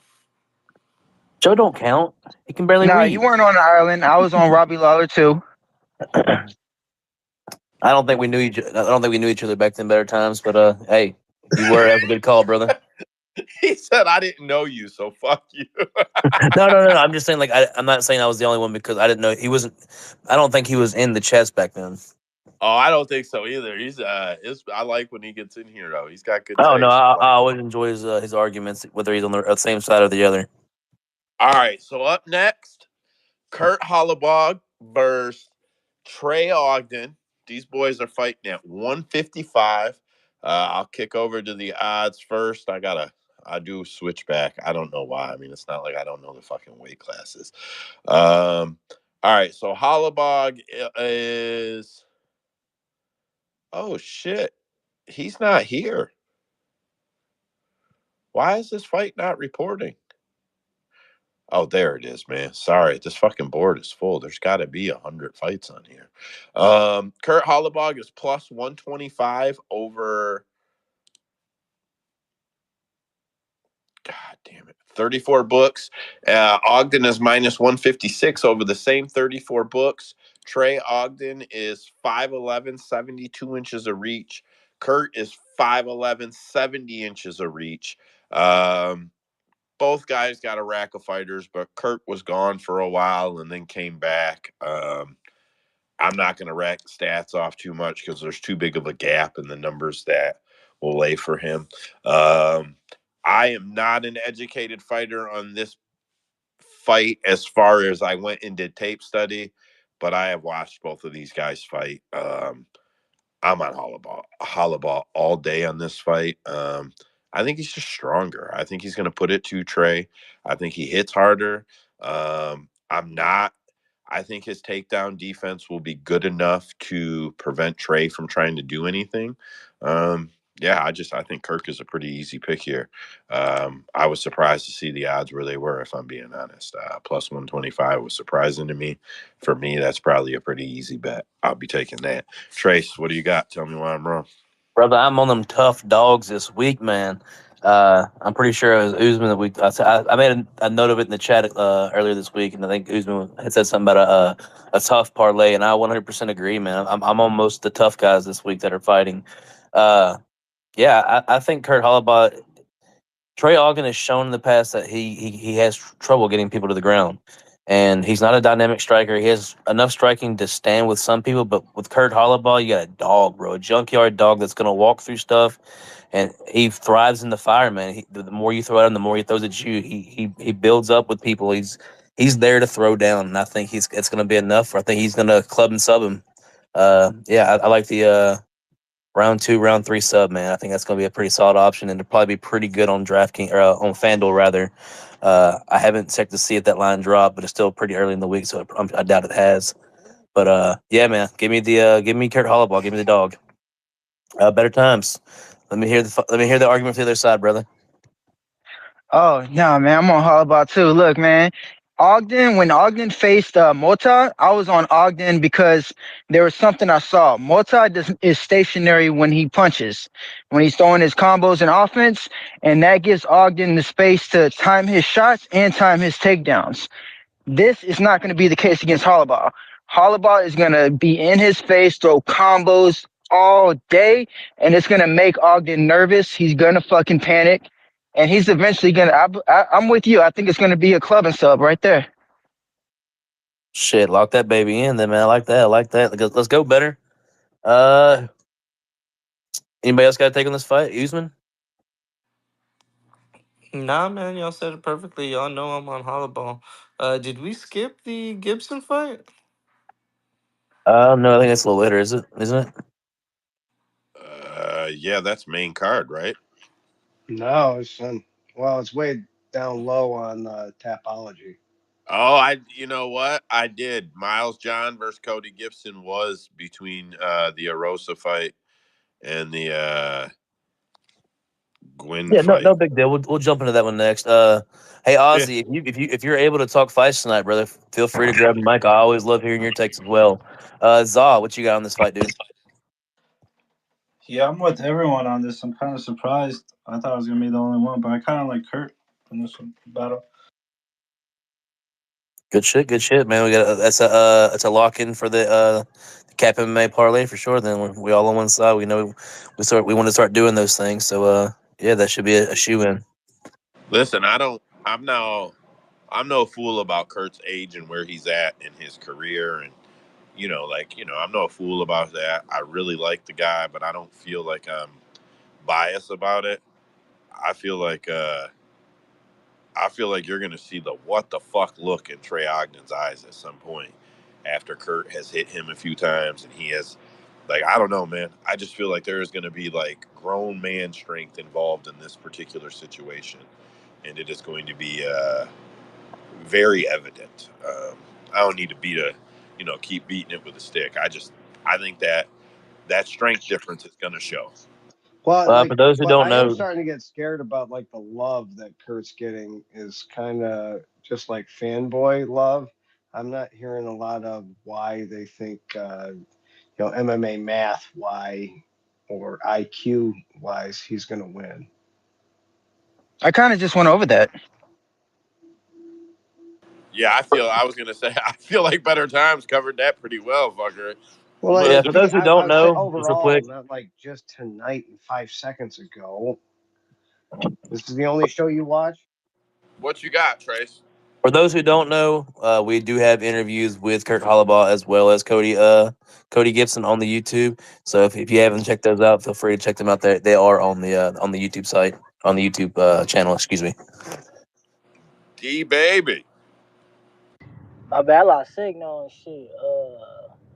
But I just want to say this. I gotta head out. My daughter hungry and shit. But, I was gonna say, man, Trey, don't y'all think he hard to hit though? Like y'all saying he gonna get the He's hard he to gonna hit get if you give him space to if you like I was saying with Mota. Mota is very stationary. He's not really pressure yeah, heavy. So if you give him time to think and pick his shots, then that's the only time he's really hard to hit is when you give him space and time. but Calabar is what all pressure. He's gonna stay in his face. but wasn't Daniel Zilberg, whatever his name is, the Ryan Garcia looking No, motherfucker. He nope, fought him at nope, he distance. wasn't. He He kind fought of him like a at pressure distance. fighter. He fought him at distance and had that deer in the headlights. Like he was so scared that that what home Ogden was gonna get the takedown that he didn't really throw. Oh, okay, I see. And that's interesting. I just feel like, hey man, I'm on a losing streak, so y'all probably know better than me right now and shit. But I think Trey Ogden, man, he gonna be. I think he gonna. I don't know. I think he gonna be in and out. I don't think old boy gonna catch him. But and even then, he only picks his shots like one shot at a time. He's not really a dog fighter. Hollowball's Yeah. gonna pressure him and throw it in combos. He's gonna fucking put Ogden on notice real quick. Doesn't vet versus vet go to a decision though? You're trying to play a numbers game, and you can't always play a numbers game. I mean, sometimes it's just matchups make or matchups. Trey Ogden does not come out to fight a dog fight. He comes out to fight a clean fight and try to get his takedowns going. If you What make it about that ugly, one if boy? you What about pressure that him, one dude? The other long guy. He's a pressure fighter. And he couldn't touch Trey Ogden. Oh no, Trey Ogden. I think he lost that though. But he still can't get touched like that. That Oh, Mexican he's got dude. no. He's so. I don't think Holloway's going to knock him out. I think Holloway's going to touch him up and hurt him. But ultimately, I think it's going to cut from the sub. If I remember right, I don't think Ogden's ever been knocked out before. Like overall durability wise, his chin is held up. I think he's going to pressure him, overwhelm him, and then get the whether it's a guillotine or a rear naked choke. I think we see a submission at some point in this fight. Word 100. Just to throw it out there, Trey Ogden has not been knocked out. He has lost 3 decisions and has been submitted 3 times though. So outside of submission wise, he's overall a pretty durable guy. Usman, what you got, brother? Yeah, no, just to back up what Rhino is saying, I feel like I've seen a lot of people picking, a lot of people saying they're betting Kurt Hollowball, but that line just stays right there at the same spot. So that does get me worried a little bit. But even if you want to take into the narrative kind of thing, like you look at all the fighters that they've lined up Trey Ogden to fight, Jordan Levitt kind of early in his UFC career. You know who they wanted to push there. Zoe Huber, you know who they wanted to push there. Bahamundes, you know. And then they gave him fucking Nicholas Mota, somebody that they definitely didn't want to push, and he looked pretty damn good there. I think they want to get Kurt a win, making this his second stint in the UFC and coming off of the Ultimate Fighter. Like they're giving him Ogden for a reason, and that's for Ogden to go out there and either lose a tight decision or to get finished. Yeah, I don't disagree with that theory either. Yeah, I'll just throw that out there. I just don't disagree with that at all. Are we going to go back to Cody Gibson? Yeah, yeah. Let's go ahead and jump on that one real quick. All right. So Cody Gibson and Miles Johns are fighting. I've got this. I've got this fight reporting for 15 days. It's at 34 books now. Um, Miles John, or I'm sorry, 32 books now. Miles John is a minus 152 at those average over those books, and Gibson is a plus 121. Tail of the tape says that these boys are fighting at 135. Miles Johns is 5'7", 66 inches of reach, fights orthodox. Cody Gibson, 5'10", 71 inches of reach. So he's got 5 inches reach and 3 inches height on Miles Johns there. He also fights orthodox. Both guys do have a rack of UFC fights, but Cody left and came back, if I recall. Or not recall. He left and came back. I'm not going to hit the stats too hard. I will throw out there that Cody does have a volume of about 5 per minute and absorbs at the same. Miles Johns, about 3.5, absorbs just under 3. Both dudes at about 1 takedown attempt per 15 minutes. Submissions not a big threat statistically. I just I thought Cody looked really good against. I shouldn't say that. I didn't think Cody looked bad against Brad, but I think this is pretty easy fight for Miles Johns. Just my opinion. Trace, what do you got? Oh man, so I think we're gonna see Miles Johns come out here in the first round and probably just out wrestle Cody Gibson. I think of the other two, the stronger wrestler, the better, the more established wrestler is definitely. Hang on one second. If somebody else wants to take it, I gotta get my kid. Yes, sir. Well, I mean, I guess I kind of already said what I had to say. Yeah, so I don't know, man. Like I like Cody Gibson here. He was able to stuff what's it called? Katona's takedowns. Um, I mean, y'all know how hard I ride for fucking Dan Argetta, and he kind of was able to steamroll Miles Johns with the pressure and the kind of fight that he fights. I know people are talking about Miles Johns fucking taking him down and winning that way, but it's like, is Miles Johns really the smartest fighter? I can't really back him just based on IQ. And then if we look at the takedown stats as well, Gibson is slightly edging him there. Once again, call it bias because I'm a Tough fan. I'm on Tough. Give me Cody Gibson. Yeah, so back to where I was at. Uh, I think we see him come out there and take him down the first round and control him. But after that, I do think that we see Cody Gibson being the more proven cardio wise guy, the guy that's able to put on pressure, be more durable. I think we see him go out there, start to land the leg kicks, start to tear up the legs of Miles John, and just being able to stuff more of the takedowns as the fight goes and starts landing the strikes on the feet. I think he has a clear striking advantage if he's able to keep it striking. But I think as the fight goes on, we'll see Miles John slow and Cody Gibson take over the fight from there. And I think we see him win a decision, man. I think we have another solid dog in the Tough alumni. Better, what you got? Yeah, I'm on Miles Johns on this one, y'all. The reason Cody Gibson looked so good against Brad Katona is because that's Katona's style to let his opponents into the fight because he kind of reacts off whatever his opponent gives him.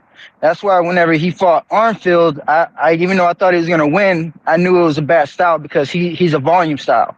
Same thing with Cody Gibson. He's a volume style, but his defense is not there. Miles Johns is a great counter striker. And even then, his one powerful weapon, which is the right hand, he hides behind the left hand. So he's not one of those desperate, I need to throw this right hand to knock you out kind of guy. He knows what he needs to do to set it up. And Gibson is going to be there to hit all day because he doesn't really have the defense. His defense is his offense. He's just like, I'm going to throw this volume and wear you out. That's not going to work against Johns because he knows how to fight going backwards too. So he's going to outstrike him. He's probably going to hurt him pretty bad for 3 rounds. And I don't think due to his lack of defense, the cardio is not going to be so much a problem when it comes to Johns. Because the reason he got tired against what was his name? You're Setsi talking Metsi. about John Castaneda, I bet you, right? Yes, Setsi Metsi, Yeah. bro. John Castaneda, his pressure was delivered with great footwork, great striking defense, and amazing striking accuracy. He is levels above Cody Gibson, and Miles John could not handle that because whenever he tried to use his attack, his counter style, John wasn't there to get hit. So Cody Gibson will be. He will feel the power, and if he wants to use the wrestling, which I doubt he will, then that will also be there too later on. But this is going to be Miles John either by TKO early or a decision. Just want to touch on something that we talked about Cody with before. He had recently had that nose surgery to get his nose fixed so he can breathe again. He had the same problem that Joe Rogan had, so they cleared out scar tissue.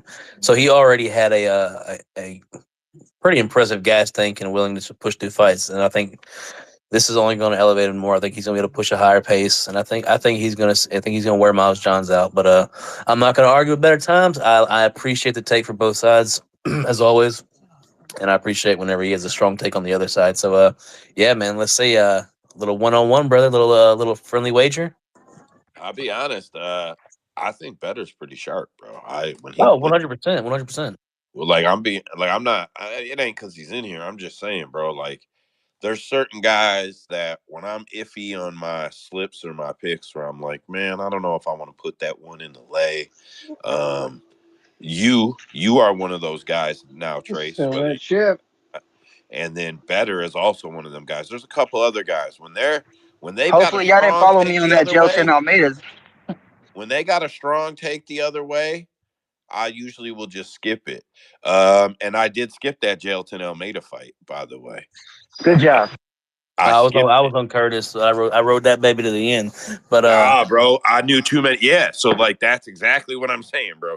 Everybody I knew that I'm like, yeah, they usually, if they all agree that shit is gonna hit, was against me.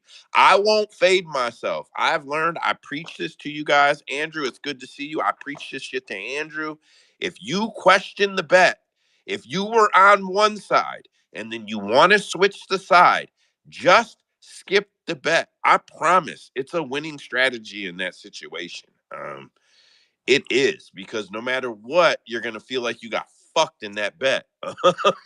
Like it is what it is. It'll make you question yourself later. If you switch on one later, you might be like, yeah, I got to switch. I'm wrong on this one. You just create a bad pattern for yourself. So yeah, just whatever. That is what that is. But Better is one of them dudes anyway on my little rant, bro. When he's on something, I'm like, fuck, maybe I gotta look at this again. Usman. Man, Better's not even that fucking good. All he does is watch tape and pick the right fighter. I don't know what the fuck y'all fucking hyping him up for. Ah man. We getting back into order here, Trace. Yeah, Andrew, are you good to take over Tell the Tape, brother? What's up? Yeah, definitely. Nice for you to show up to work, buddy. We just finished this one, but we had already done the hollow ball fight, so whatever comes after the hollow ball is what we're on. I mean, I was about to bust in here. Like, I'm glad Baby's in here because I was about to bust in like him and be like, yo, who'd you guys have on the Usman fight? I had Usman. Okay, so if you already did Miles Johns and Cody Gibson, and then you went to Hollabah, that tells me you guys skipped Erosa and Ramos? No, we hit them. We accidentally skipped Gibson, bro. We're on Padilla and Pajuelo? Yep. Yeah. Okay. Sounds good. Featherweight division, gentlemen. Fernando Padilla versus Luis Pajuelo. Fernando is 15-5. Luis is 8-1. Fernando is 6-1 to Luis's 5-10. Fernando also has a quite big of a reach advantage, 76-69. That is a 7-inch reach. That's pretty big for 145 pounds, let alone any division. They are both fighting orthodox. I'm not really going to read the stats because neither one of them have fought too much. But it's a fight, gentlemen. What do we got? Trace is first. Oh yeah, I'd probably go with Fernando Padilla. I feel like he's hang on, let me make sure I'm saying the right one. I keep getting these guys fucking mixed up. Mexicans, am I right? Yeah, Fernando Padilla. I feel like just that reach advantage. He's gonna reach advantage. I feel like he's gonna be able to set him up from the outside and be able to piece him up. I don't know that he'll necessarily get the finish, but I feel like he should win the fight. The Kyle Nelson fight kind of puts you off because he should have won that fight, but he kind of got overwhelmed. Not really sure what was going on with that fight, but yeah, I think this is a get right fight for him. I feel like this guy's gonna fight a fight where he's able to stand back and to pepper him, and yeah, whether it's a decision or a finish, I think he should be able to pretty much win this fight pretty handily. Usman. Oh shit, no, I had my hand up to talk shit to Better last time. But just to go real quick, not looking real deep into it. I ain't fucking trusting Padilla. They gave him fucking the shitbird Kyle Nelson at UFC Mexico, Independence Day, all that shit. And he fucking got crumbled in the face of that shitbird. Yeah, no way. Give me the dog. I might put a little something on him because I'm not trusting Padilla. Rhino. I was kind of going the same way, but Dilla lost to Spike. You know, Carlisle. Do you remember him? He's like 5'5", redhead, Yeah, and so he's the six alpha one. ginger. Yeah, so he's 6'1", and he lost to him in a decision, 3 rounds, and you couldn't beat a midget like me. Yeah, there's no way I'm throwing any money on that guy. Better make fun of Usman. I mean, give us your take. All right, now I can understand why you don't want to trust Padilla, and honestly, I don't trust him either. Like I have him winning because he should be able to pick him apart from the outside. His striking is way better, but it's the fucking pressure that Luis brings. It is fucking. He likes to fight, and he can make this a dog fight and just wear him out if he wants to. But yeah, bro, it's hard because that's the only thing he has on Padilla. If he can just stay on the outside and pick him apart, then yeah, he can win by decision. But if he succumbs to the pressure, then he can get finished because he's a power puncher, but he's not really skilled. So I'm staying away from this fight. Yeah, it sounds like we're pretty much lined up though. But like I said, I agree with you. It is a low confident pick. I don't have a bet on this fight just for a pick's sake. I'm on Padilla, and I'd probably say decision. Uh, but I think Padilla's a side skill for skill. But like I said, you lose to Kyle Nelson, you kind of leave questions out there. If we have nobody else for a take on this one, we'll go ahead and kick off to the next fight, Andrew. Let's do it. This should be a fun one. We are staying in the featherweight division. I don't remember if this card is a 6-fight main card or 5. I would imagine it's 6. So this should be the second fight of the main card, if not the opener. But we have Billy Quarantillo, the cardio machine, taking on Yusuf Zalal. Yusuf Zalal hasn't fought in close to 2 years, about a year and a half. So he's making his return. He is on a 3-fight losing streak, though, followed by a draw. That is his last fight, a draw with Damon Blackshear. Billy Quarantillo is coming off of a win, and I know this is a short notice fight for Zalal. So let's see what happens. Quarantillo is 18-5. Zalal is 13-5-1. They are the same height, both 5'10". However, Zalal has a 2-inch reach advantage, 72-70. Billy fights orthodox. Zalal fights switch. If we go to the stats, Billy has a very high output, 7.7 strikes per minute landed, and he takes back 5.61. Zalal puts out 2.75 per minute and takes back 1.75. If we go to the grappling, that's usually where Zalal likes to excel. He averages about 2 takedowns per 15 minutes to Billy's 1. Zalal has a 31% takedown accuracy to Billy's 23, so not very good on either side. Takedown defense, pretty similar, 63% to 60%. Yeah, man, this should be a fun fight, I hope. What do you guys got on this? Man, I have a hard time believing that Billy Q is going to out wrestle Yusuf Zalal. I feel like I feel like this is a trap fight, man. Billy Q is mostly a cardio guy that just outlasts his opponents and then applies the pressure. I mean, he really is mostly cardio more than skill, I would say. What happens when he can't out wrestle and out grapple Yusuf Zalal? That turns into an interesting fight.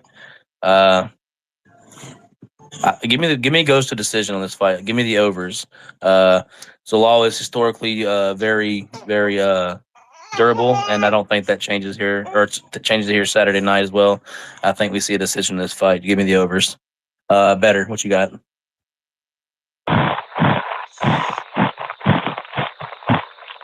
Your mic is all messed up, brother.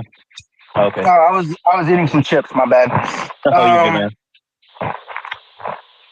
Zalal, I watched those 3 fights he had in one night. That was fucking horrible. I didn't like what I saw. But here's what I think. I think Quarantillo.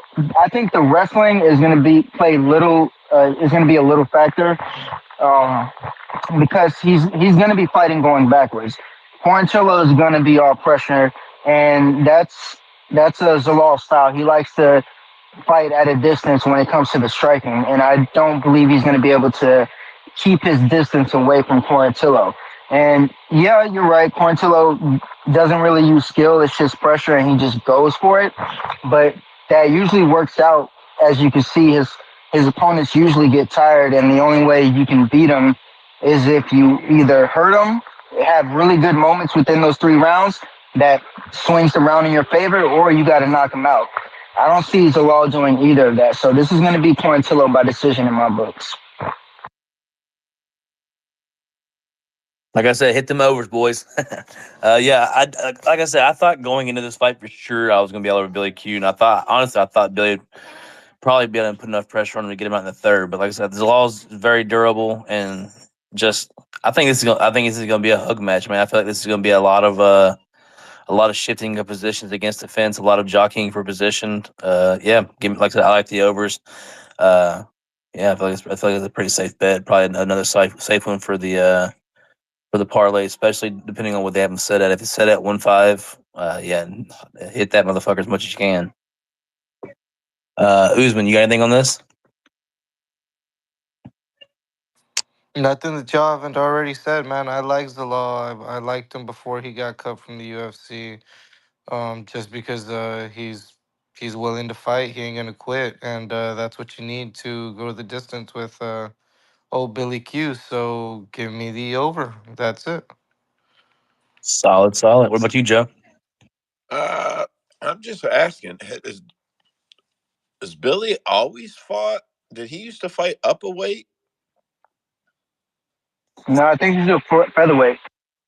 Nah, one fight was Yeah, I feel like at he had one fight. 150, but because it was a miss weight. Yeah, it was a catchweight fight. I forget who that was against, though, but I feel like I remember him going up in that weight for that one fight, like you I said. think that it might have been Gabriel Benitez. I think. Okay, so I'm just asking because I'm looking at the tail of the tape that I haven't, I guess, posted yet over on our site, and our site gets reports from the internet. Like the way our tail of the tape will work is when you click it, it takes about 1.5 seconds, 1.5 to 4.5 seconds. It will show you a side by side tail of the tape pulled from accountable sources on the internet. It like writes you a live report. When you close it, there's no database or anything like that. It's just fucking gone. It's just here's the current stats. UFC.com reports Billy's weight at 160. That's why I'm asking, did he ever fight up? Like, why do they have him at 160? Oh, I have no idea. It's fucking odd to me. I Whatever. watched I watched a good amount of his fights earlier for that fucking highlight reel I made. Check out the fucking Cap MMA TikTok, and I posted earlier on the homepage, guys. But yeah, I only saw him fight at 150 once. All the other ones were at 145. Whatever. Just noticed it in the stats, boys. That's all I got. Andrew, what you got next? We're going down a division, and we're going to watch some of the young cats of the UFC, the new generation. This fight I'm actually excited to watch. We have Peyton Talbot and Cameron Saman.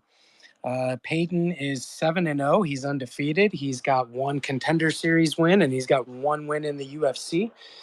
Cameron Saman is 9-1. He is coming off of that loss to a guy who just fought this last Saturday, Christian Rodriguez. They are both very young. Peyton Talbot's 25 and Cameron Saman is 23. Peyton is a little bit taller, 5'10 to 5'8. Peyton also has a 3-inch reach advantage, 70 to 67. Peyton fights switch and Saman fights southpaw. I'm not really going to read the stats off because it doesn't make a lot of sense. But this is going to be a fun fight, guys. I like Talbot striking. I like his takedown defense. Saman is a young up-and-comer, and I'm excited for this fight. What do you guys think?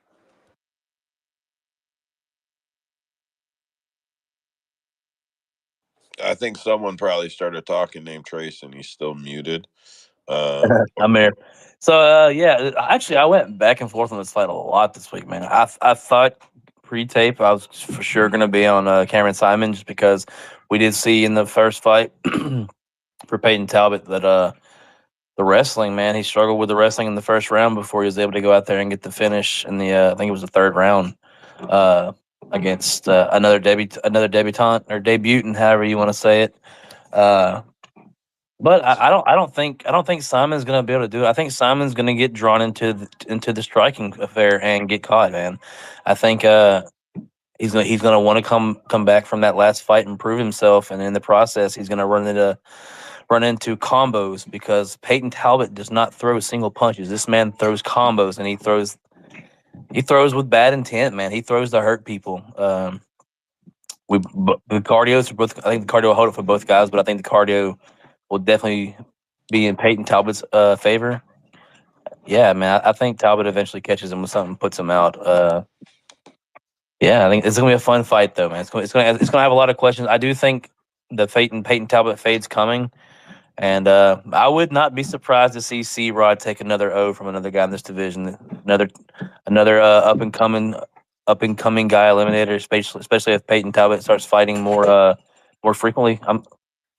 Yeah, I think we have a an interesting fade coming for us, but I don't think it's this week. Yo, didn't C-Rod jump up in weight though? Oh shit! Yeah, you're right. So Yeah, that's what because he won't even can't make happen. 135 anymore. You're right. You're right. Thank you for shitting on my dreams, Andrew. But I'm hey, sorry, bro. you protected that O because C-Rod would definitely take that O from this man.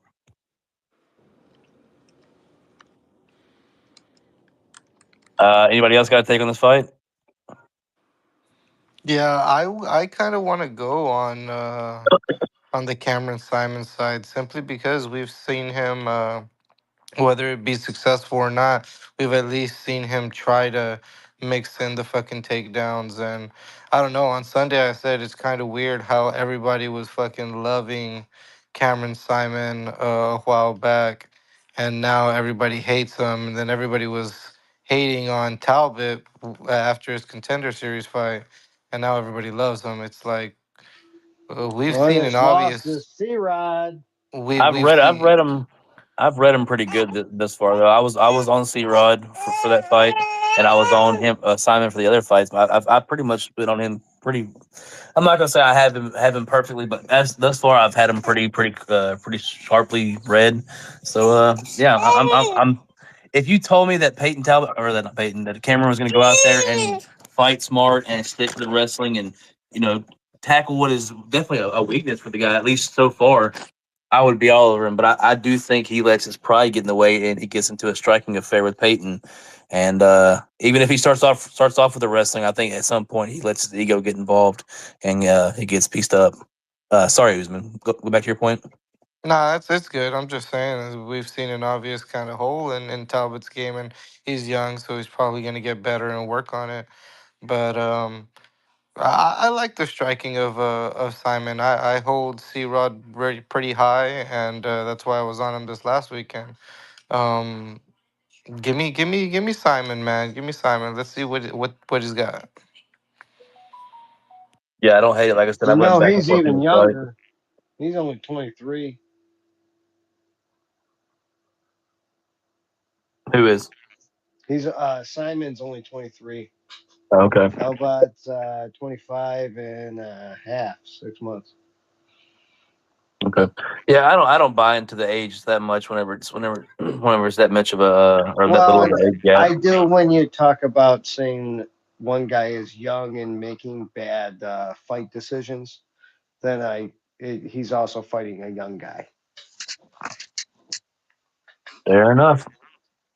Andrew, if does anybody else have a take on this fight? Joe? No, They must be peeing or something. All right, you Andrew, what should. we got next? You guys should know. You guys should know since the tail of the tape guy is a fucking rookie or something. Though there are odds on these fights. If you guys wanted to know that, Cameron Saman is plus 125 over 33 books, and Peyton Tablet is plus or minus 159 over 33 books, and those odds have been only been reporting for about 15 days. I see. I didn't even read the. I didn't even look at the odds for these fights yet. I figured that Simon would be the favorite. Honestly, that kind of makes me want to bet Simon a little more now. He is not the favorite, and it did not flip. Or I'm sorry. It did flip. So he was 105 minus 105 2 days ago. Our site has him at minus 109 5 days ago. But that line was at 100, was at even money 6 days ago. So either the line fell off because it will flatline at 100 if it falls off. Either the line fell off and got readjusted, or it bet to there. And then it was minus one. Shit, Trace. It was as deep as minus. It opened at minus 125 at some books. So minus 125. So it's flipped. So I guess that you kind of might get a matches what better I. line on it That if it kind of matches holds. what I saw. I mean, if Simon started off as the favorite, I guess most people were of the same mindset as I am that he should have the wrestling advantage. But uh, I don't think, like I said, I guess more people were kind of seeing that he might get drawn into a fire fight and get caught, or they just think that he's improved enough fix the holes in his wrestling. I mean, like Usman said, when you're that young, for both guys, honestly, feeling the gaps and jumps and experience in between fights are going to be enormous. Yeah, and well, and like here's what I'll say: when you're that young, when fighters are that young, it's a it's the type of occasion where you can see somebody fight 5 months later, one camp later, and see a tremendous improvement in their skill sets. But I say that window starts closing as your 20s start closing out, meaning the massive, the massive changes and improvements that we can see in that short time starts, dwindling down with age, for obvious reasons. So I mean, I don't know. I feel like guys this young, if you know their camp and you know who they're training with, you really need to take all that into consideration. Joe, can you give me the under for this fight? The under for this fight is it's set at 2.5 and under is plus 150. That might be the way to play because I don't think this fight goes to decision. I think either you see a submission get locked in for Simon when he's able to get into the ground and control him, or you see Talbot eventually catch him round early round two, late round two. I think somewhere in between that in that second round he's gonna get caught.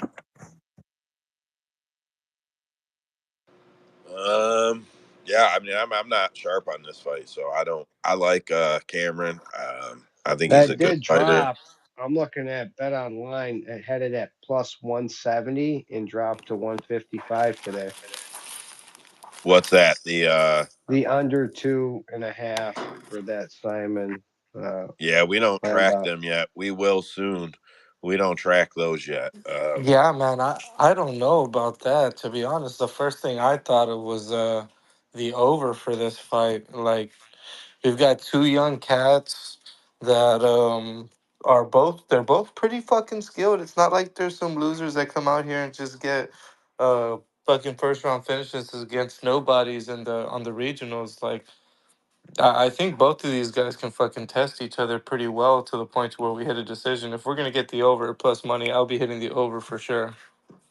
I'm telling you, man. Once Peyton starts landing, he's gonna start piling them punches on him. I think he's gonna fold. But if you're strong in But your you take, doubt don't the don't let- South don't. African chin. I'm scared about them overs for young fighters. That's hard for me to bet on. But yeah, I feel it's gonna do. I feel like this is gonna be a very fun fight. It's gonna be a lot of. We're definitely have a lot of questions answered about both guys, and yeah, man, it's gonna be a good one. I feel like it. Andrew, what you got next? I just wanted to file a complaint with corporate and say that I don't appreciate Joe's words. And I wish for HR to speak to him about this because I don't appreciate it. Moving on, we are You going to the should know. middleweight You should division. know that I'm in about HR, dude. You should know that in about 2 weeks, the tail of the tape will be front page on our website, and we'll read the fucking odds before we read the tail of the tape. It drives me crazy that we are an odds site and we do not read the fucking odds to the fights. How the fuck does this make sense, guys? Dude, it makes total sense. If we tell them, then why would they go to the site? Come on, Joe. 1+1 = 2, bro. Hey, Sunday we talked nothing but odds, so you should tune in on that. Yeah, it would work if you advertised. You fuck. All right, we got He's to move talking to on, you, guys. No, Rhino. yeah, we're going to the middleweight division. We have Edmund Shabazian. We have AJ Dobson. We have a fight. Edmund is 12-4. Dobson is 7-2 with a no contest. Edmund is coming off of a loss to Hernandez, Mr. Fluffy Hernandez, and Dobson is coming off of a win against released Tefan Nchukwi. So this should be a good one. Edmund is 12-4. Dobson is 7-2. I think I already said that. 6-2 to 6-1 in favor of Edmund. However, Dobson has a 1-inch reach advantage, 76-75. They do both fight orthodox. If we go to the stats, Edmund puts out about 3.4 strikes per minute, takes back 4.1. AJ puts out 4.38, takes back 5.25. If we go to the grappling stats, Edmund averages 2 takedowns per 15 minutes to AJ's 1.8. Takedown accuracy, 39% for Edmund, and astounding 75% for AJ Dobson. Takedown defense is pretty similar, 63% to 64%. What I will say really quick, I think Edmund has looked better. I just think he fought a better fighter in Fluffy Hernandez, but since he switched camps and got away from that fuck, I think he has looked better, and I like what I see from him. AJ Dobson, I just feel like he's kind of aging out. I don't really like his skill set all that much, so I am in favor of Edmund. If we go to the odds, since Joe wants to be a jerk, Edmund Here, I got it currently, for you, bro. Edmund's please. sitting at minus 200 average over 34 books, and AJ Dobson is plus 158 average over 34 books. The best odds you can find on Dobson are plus 175, and the best odds you can find on Edmund are minus 180. They are not at a matched book, though, so I can't even tell you where to go to get both of them at their best place. Yeah, I'm not real high on this fight. I think Edmund, I don't think AJ, I'm not going to beat a tree. I just don't think AJ has any edges here. I'm not very high on Edmund Shabazian. So I'm probably a skip here. I'm going to give it over to Trace because I know he probably did tape and's got good bets on this one. I will say AJ does have an advantage one place, and that is the cardio. Edmund is a glorified cardio or a glorified gasser rather. We've seen him fall off a cliff after the first round in almost every fight. Yeah, and it's just one of them things. Some people you just can't fix cardio. It's one of them things you either have or you don't. Like you can help it to some extent, but some of that's just genetics, man. Like he's a what's that? Quick fiber muscle. So he's explosive, powerful, strong guy, but he cannot go for long periods of time. But I don't think he'll have to Saturday. I think he's able to go out there and this is a huge step down in competition for Edmund. Yeah, I mean, like you said, he lost to Fluffy, but like, dude, Fluffy is like probably the greatest legit wrestler outside of the Dagestani's in the UFC right now. Like his ability to grind and wrestle on people is just almost second to none. Maybe other than maybe Islam and just off the top of my head. But yeah, I think this is a clear step down in competition. AJ hasn't fought anybody really, and yeah, I think we see Shabazian, maybe Shabazian by submission round one, round two. I'll I'd probably like jump to back. give a I'd like to give a quick shout out to Sport Book. That is the actual name of the book. It's Sport Book, and Betfair owns them, and they have the worst fucking lines for every fight on every card. They fucking suck. If you bet there, get away from them. Sorry for that, Trace. On the over under 2.5 on that fight, Trace, it is set at minus. Oh, I scrolled away because it's pretty close. It was like minus. God damn it! I'm pissed. I scrolled. Would you like the over or the under 2.5 on that fight? I think under. I think he ends up somebody gets caught early in this fight. Most likely Um, being AJ. under 1.5 or over 1.5? Like I said, Shabazian's cardio typically doesn't hold up, so I would say under 1.5. I think we All come right, out. I think we see these boys sprinting pretty early. so the under 2.5 is 1 plus 155. Oh, I'm sorry. I lied to you. Minus 145. I seen it and then I'm sorry, bro. But minus 145. So how good of a parlay piece you think that is? Dude, honestly, like whenever, like I said, Shabazi is like clockwork, bro. If the fight goes long, he's gonna gas. So when I say long, more than 5 minutes, he's gonna gas. He slows down, especially if he gets AJ hurt and tries to finish. He's going to dump that gas tank and fall apart. But like I said, I think this is a clear step down in competition. I think he's able to go out there, apply the pressure, and then find his spots, whether it's club and sub or just he goes in and out wrestles him and takes the back and chokes him. I think round one, round two, probably. I like the under 1.5, so I'd say round one sub. But Dobson doesn't have any, in my opinion, bro. He doesn't have any finish upside. He's got the distance upside. So like, it's got to be Shabazian then, right?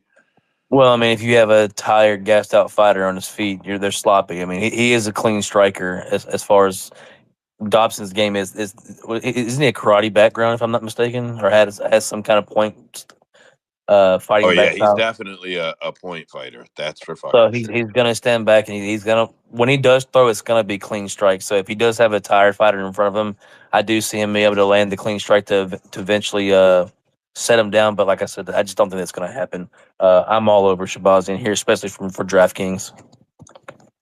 Right on. Vinny requested, and I approved him. I had to approve him again there. I don't know if he's got a take on this particular fight.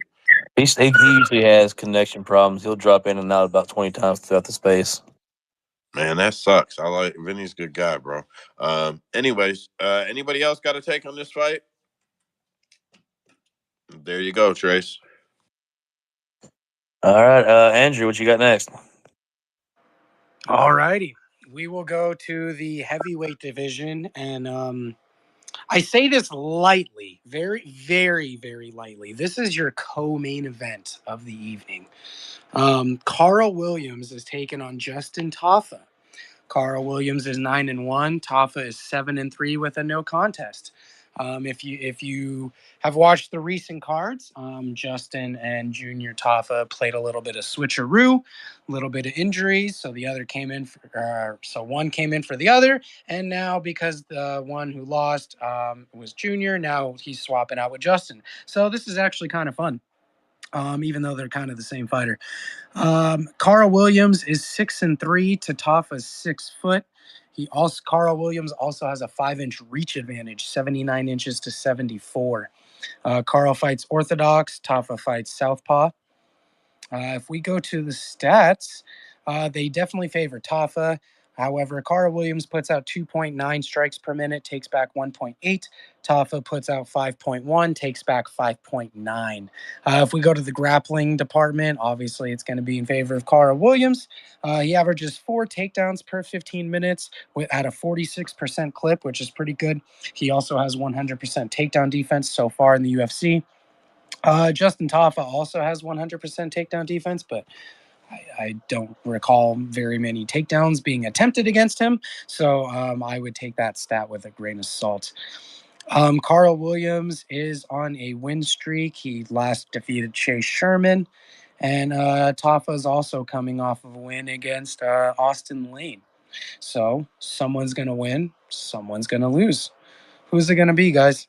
Joe, do you have the odds? Oh, I think I do have the odds here. I clicked on him and fucking closed him. Ain't that a bitch? Hold on. It only takes about 10 seconds to load it here. That was HR kicking in saying, fuck you. That's what that was. Yeah, they were. They were like, give one back to Andrew there. They're like, fucking one for the home team, Andrew over there. All right. Taffa is -1 or plus 151 over 32 books. Carl Williams -189 over 32 books.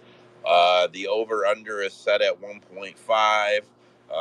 Over is -165. You get plus 135 for the under, and the best odds spotted for Taffa, or I'm sorry, for Williams are -172, and the best odds you can get for Taffa are plus 170.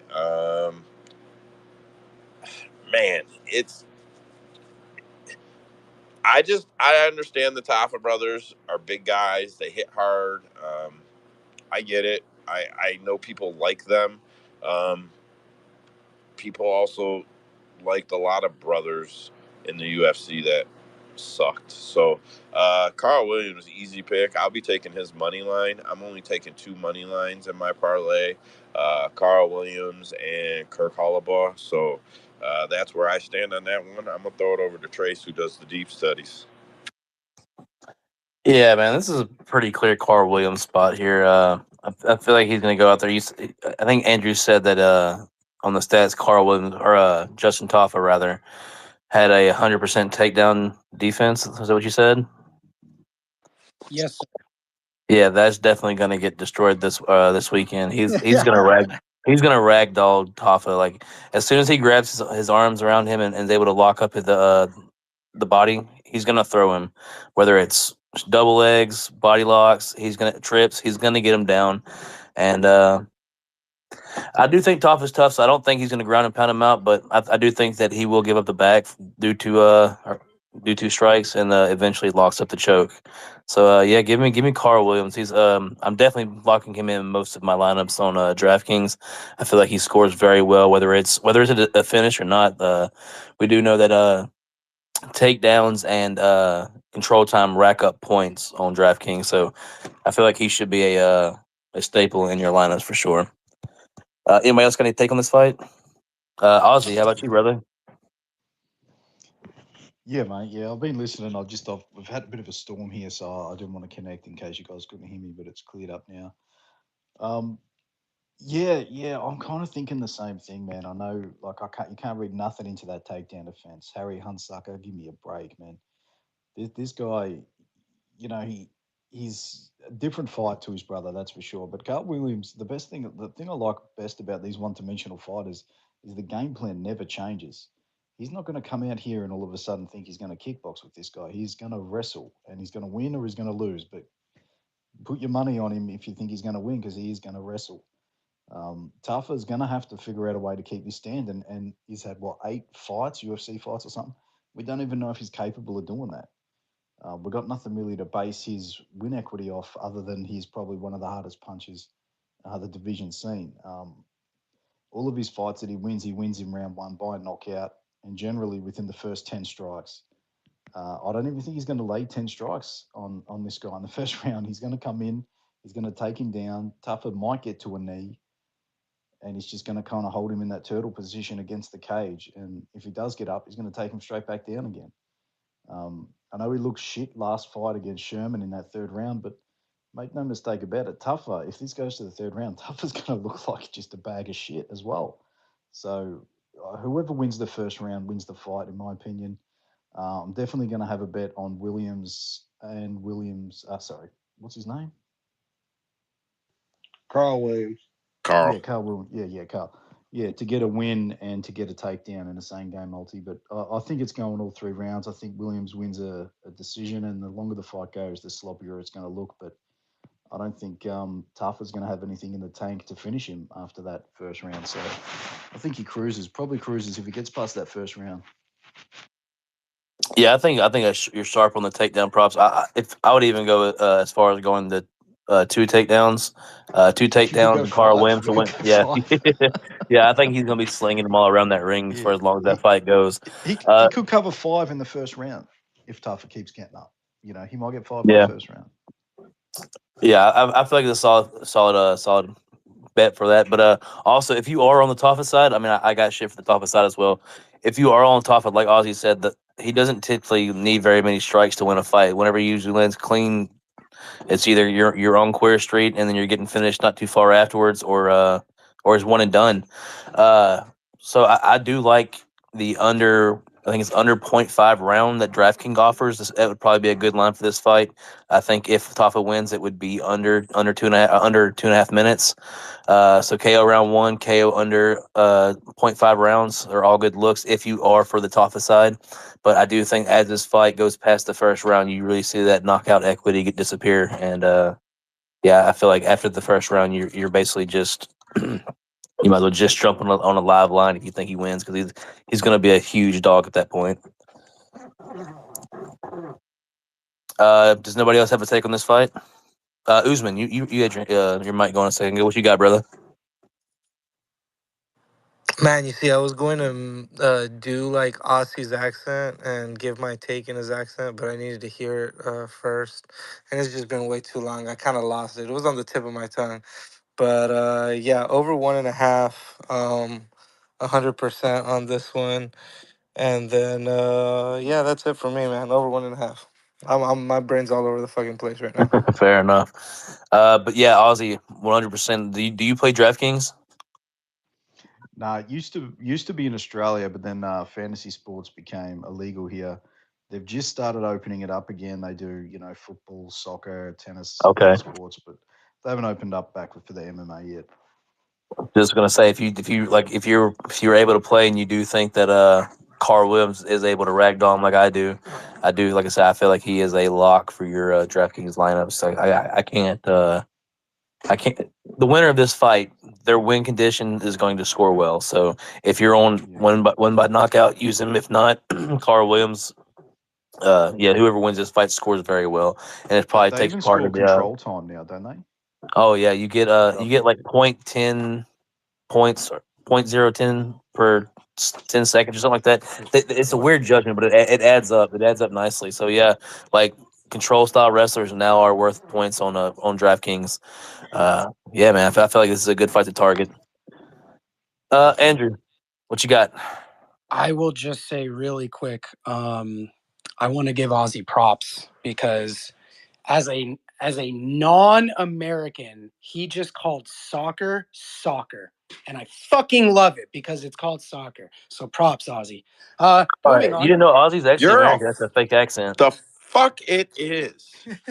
The fuck it is. Hey, this is America, all right? We're going to the main event. No, No, no, we're going to the main no. event. We're going to the flyweight If it, division. you send me off the deep end right here. Amanda wins. Bye. Oh man! So in the main event, we have Amanda Ribas taking on Rose Namajunas. Amanda Ribas is 12-4. Rose is 12-6. Amanda is actually coming off of a win against Luana Pinheiro.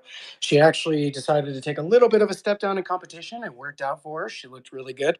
Rose lastly made her debut for the flyweight division against Manon Fior, and she got pieced up. She actually looked better as the fight went on, but yeah, she didn't look terrible for her first flyweight fight. She's actually going to be bigger, which is kind of weird to say that in the flyweight division. However, Amanda Ribas does have a 1-inch reach advantage, 66-65. They both fight orthodox. If we go to the stats, Amanda Ribas puts out 4.9 strikes per minute, takes back 3.3 with a 63% striking defense. Rose puts out 3.6, takes back 3.5, and she has a 62% striking defense. If we go to the grappling stats, Amanda Ribas has 2 takedowns per 15 minutes at a 51% clip with 87% takedown defense. Rose averages about a takedown and a half per 15 minutes at a 48% clip, and she has a 60% takedown defense. This should be an interesting fight. Andrew, let me ask you a Yes, question. Is DC on this card? Is like the DC? commentator. Does anybody know if DC's hosting this card? Or I actually don't know. let me tell you something, boys. We are going to be hearing Thug Rose at the end of this night because Thug Rose is going to piece this girl up. Like Amanda Ribas is one of the most hittable girls in either division, man. Like whenever she fought at the other division as well, she eats shots like it's fucking blueberries at breakfast, bro. I don't even know. I don't even have a metaphor for it, but we do know that Rose has sneaky power, and she's gonna have the cleaner striking. I'm not gonna say she doesn't have the ground advantage. I wouldn't say, but the striking, she is going to tear her up on the feet. She's been wobbled, she's been hurt, she's been knocked out before. Rose has got 5 rounds to do it, man, and I think we see her do it. I think she knocks her out at or TKOs her at some point in this fight. If not, Wow, bro. We agreed on something. I was on what's his name last week, and we were on the same side. We were both on Dustin Poirier. Trace, it's funny you mentioned that because if you watch a Ribas fight, she definitely doesn't have the best striking defense. She gets pieced up. But if you look at her striking defense, like 62% is pretty damn fucking good. So I'm curious as to how that stat gets that. Maybe she just maybe she avoids strikes, but she just really takes damage with the ones that connect. Oh yeah, I mean like I said, she takes shots, bro.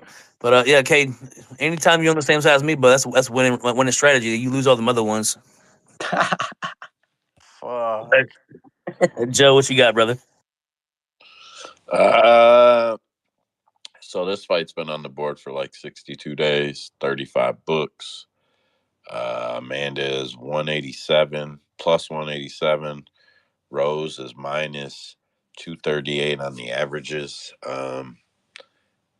Yeah, you took my take, Trace. I want to be very clear. Very clear. Amanda Ribas got knocked out by Macy Barber. What do you think? What do you think Rose NAMAJUNAS is going to do to her?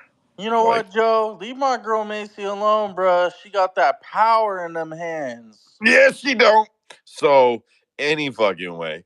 Um, yeah, like this is simple.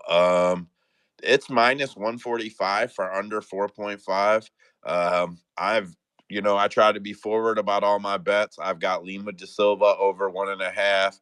I've got Montserrat fight over 1.5, the Arosa under 2.5, Halaba money line, Gibson's fight over 1.5, Carl Williams money line, and I am not certain that I will play it, but the one that I will look at um, is probably the under 4.5. It's giving it to me at minus 145 right now. And man, what a hell of a way to finish a parlay, right? 145 on your last leg if you've cashed so far. So I don't know. I'm probably going to have a hard time passing that one up. Rose has got 5 rounds to. Yeah, Rose has got 5 rounds to finish Amanda Ribas. I just don't see how it doesn't happen. So Yeah, I agree with Unfortunately, both of you guys. I actually think she obviously has the skills advantage, right? She's a lot better than Hebus is. The only concern I have about Rose is the same fucking concern I have going into every single fight because Rose Namajunas' biggest opponent is herself. Every single fight. And I'm curious. I just saw something today that said Trevor is not going to be in her corner this fight. He was also not in her corner last fight. So Yeah, her and I know a lot of us don't feel too great about Pat Barry, and I'm on that her. train. If he's her sole coach, I don't know, bro. Yeah, so actually, she's not with Trevor anymore. She hasn't been since her last loss to Carla. Yeah, Yeah, that's probably yeah. yeah. What I 100% saw, due to he wasn't Pat. with her last camp. They wouldn't. Let me just say this. They wouldn't tell me why. They kind of kept that in house. But what I took from the conversation that I had with Terrence Whitman, which is on my podcast live, we talked about it, was that there was some political stuff and just they still love her and everything's good. But if I had to guess, it had something to do with Pat. I'm just gonna be honest. Well, I mean, that's pretty obvious. Yeah, like I think like he might have, I don't know, maybe blamed her last loss on them or something like that. I don't know, to be Name me honest. one person that's ever been, or I can't say been around, but has seen anything to do with Pat Barry, listened to his interviews, listened to him on anything, has been like, hey, I like that guy. Never, not once, bro. That is the most unlikable motherfucker I've ever met. And all that weird shit behind him and stuff too. Yeah, he's just. I imagine he's a lot to deal with for anybody, especially somebody that's no longer a champion. I don't know, but I'll just tell you this: as a They still professional together, athlete, right? if I had to choose between Pat Barry and Trevor Whitman as a coach, I'm going with Trevor Whitman. Yeah, but you also ain't brainwashed, brother. Maybe a little bit. Is anyone on Amanda Hebus for this you weekend? guys talking about left nut, right? One nut. Say that Pat, again. Pat Barry, he's only got one nut. Yeah, we're talking about him. You tell me he's only got one Barry? Yeah, I tell every time he comes up, I like to tell the story. So Oh, yeah. there's a video of one of his training partners that says Pat Barry went over to like Japan and one of his balls popped out of his cup and he got kicked or kneed and it fucking popped it. So he's got one nut. Not fucking around. I'm Fun not fact, man, fucking my high around. school coach, Does that my mean high he school is a coach had one one nut ball. wonder? My high school coach had one ball. We called him One Ball Paul. True story. Are we really talking about this right now? Don't be judged. You ain't got one ball cool stories like that. Are we really talking about dudes nuts? Come on, guys. Yeah, come on, man. Let me talk about Amanda Nuts Ribas. is plural. One nut would just be Let nuts. Vinny get on. Let Vinny. He's been waiting. Yeah, I just want to say, man, I'm Amanda Ribas. I don't think Mama Yuna's got fucking stamina to fucking go toe to toe with fucking Ribas. I think That's you watched your tape on crazy. the wrong one, brother. I don't think Mama Yuna's got You this. are crazy He's as hell. her, like you said, man. She's her own worst enemy. Exactly, because once she gets pieced up, her mind goes out of whack. So Yeah, but bro, you could have said anything else, and I'd have been like, okay, I can kind of see it. But you said cardio. Like you don't. Rose has cardio. I don't think she does. I think she's. I mean, her cardio is okay. It's not that best. I mean, I Vinny think there's always betting with his pecker, bro.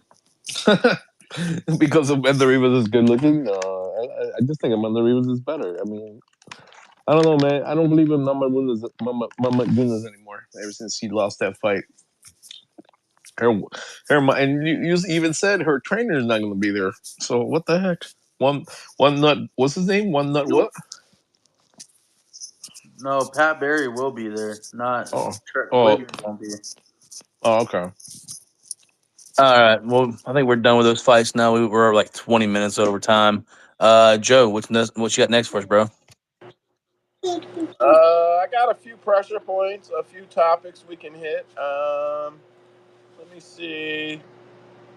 Trying to load something up here real quick. Hey, start with Andrew's favorite topic, Conor McGregor. Hold up. We are.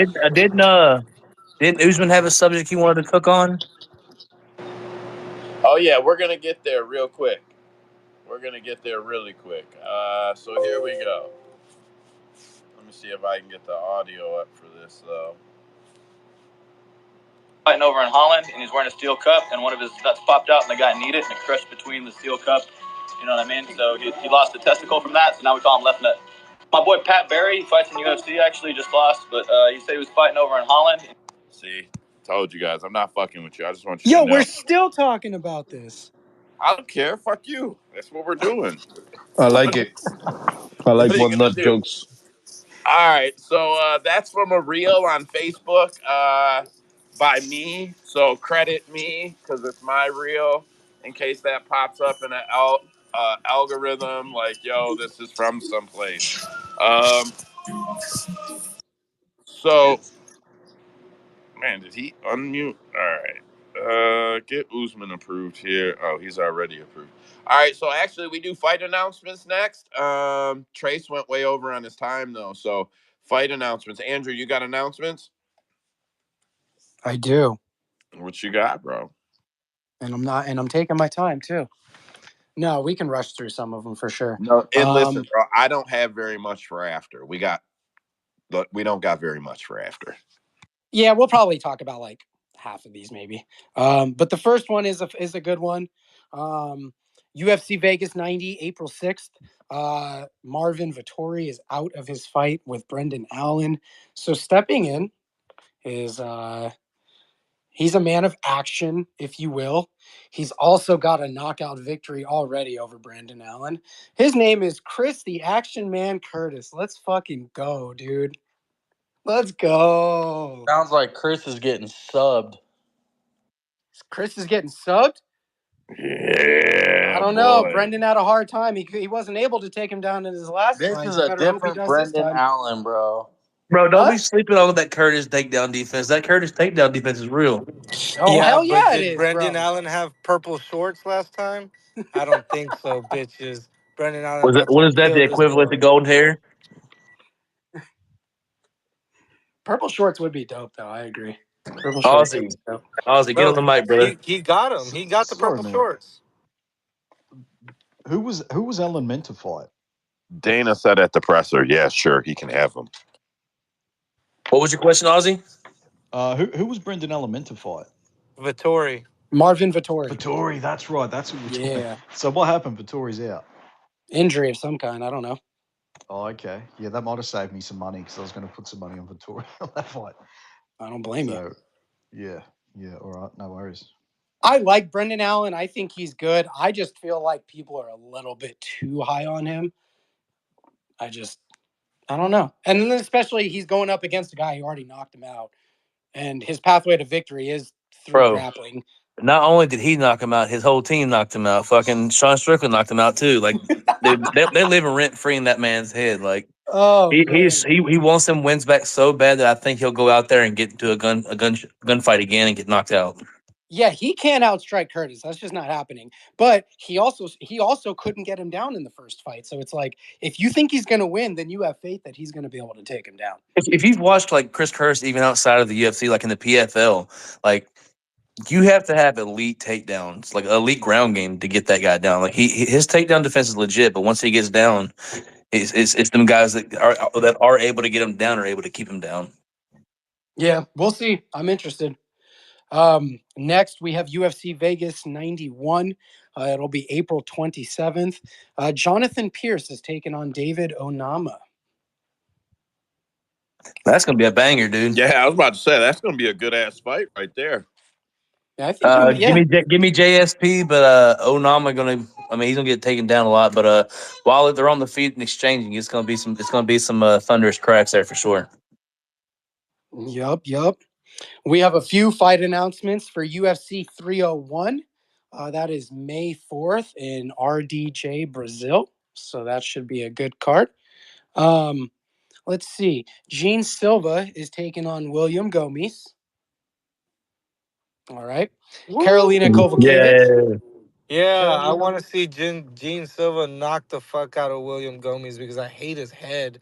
You ever seen William Gomes' head? You ever seen his fucking eyeballs? God, I hate William Gomes with all the passion in my fucking loins. You look at that guy's face and it just pisses you off. I think a 13-year-old with a mustache. Yeah. Dude, I think you're like the only person I've ever heard say that they have a really big problem with William Gomes. Yeah, you've Isn't he also never French? heard anybody say they like William Gomes either. Yeah, that's true, but like 90% of what? the 90% of the fans don't even know who William Gomez is. Karolina Kovacevic is going to be taking on Yasmin Lucindo. I'm curious about the speed, the striking speed of Lucindo. That's going to be what I'm curious about because Carolina's game, but I think Yasmin might just be young and hungry. You know what I mean? I'm blanking on who Yasmin Lucinda is. Yasmin Lucindo fought Yasmin Yarguay like when they first both debuted. She's the Brazilian with the little comb over looking fucking haircut. Dude, that's like all of them now.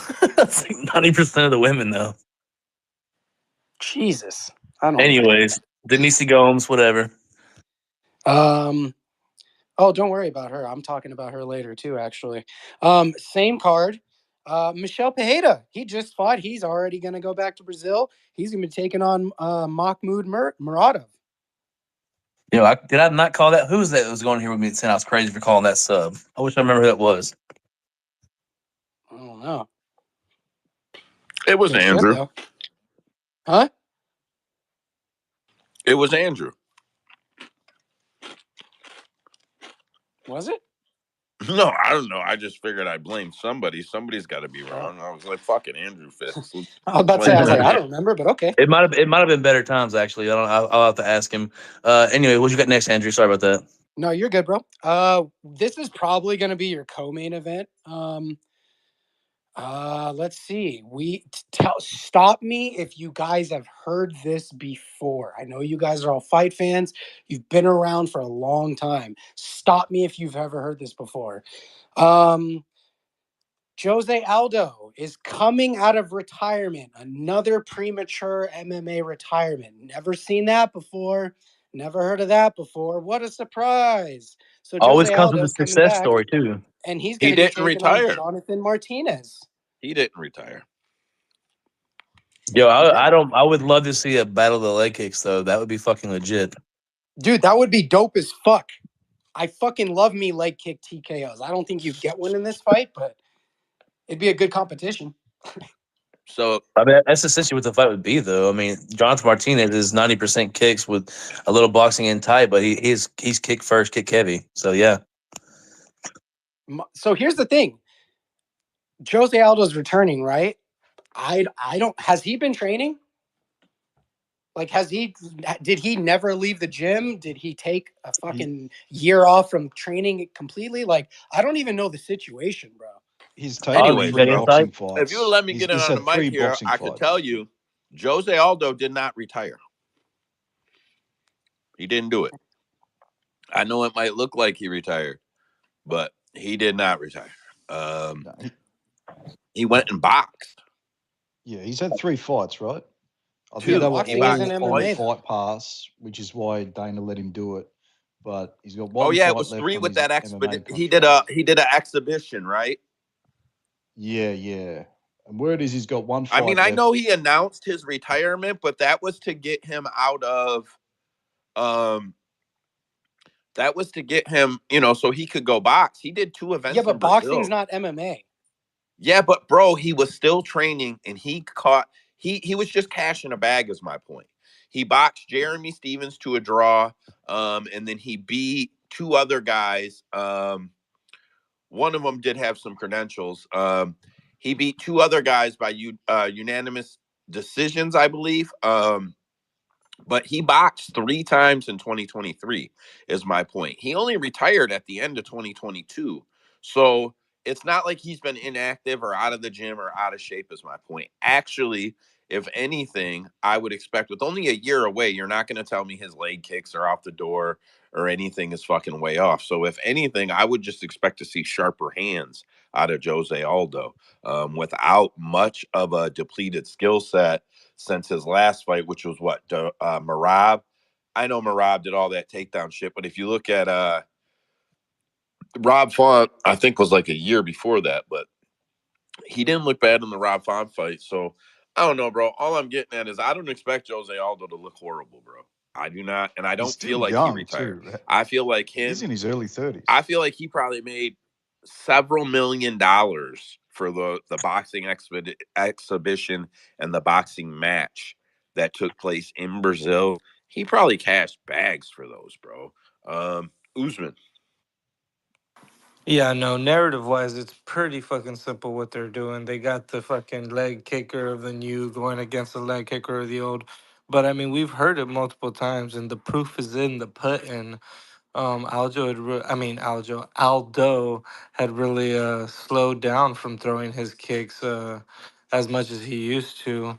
Um, I think Martinez is probably going to try to keep him at a distance with the leg kicks and then the kicks to the body.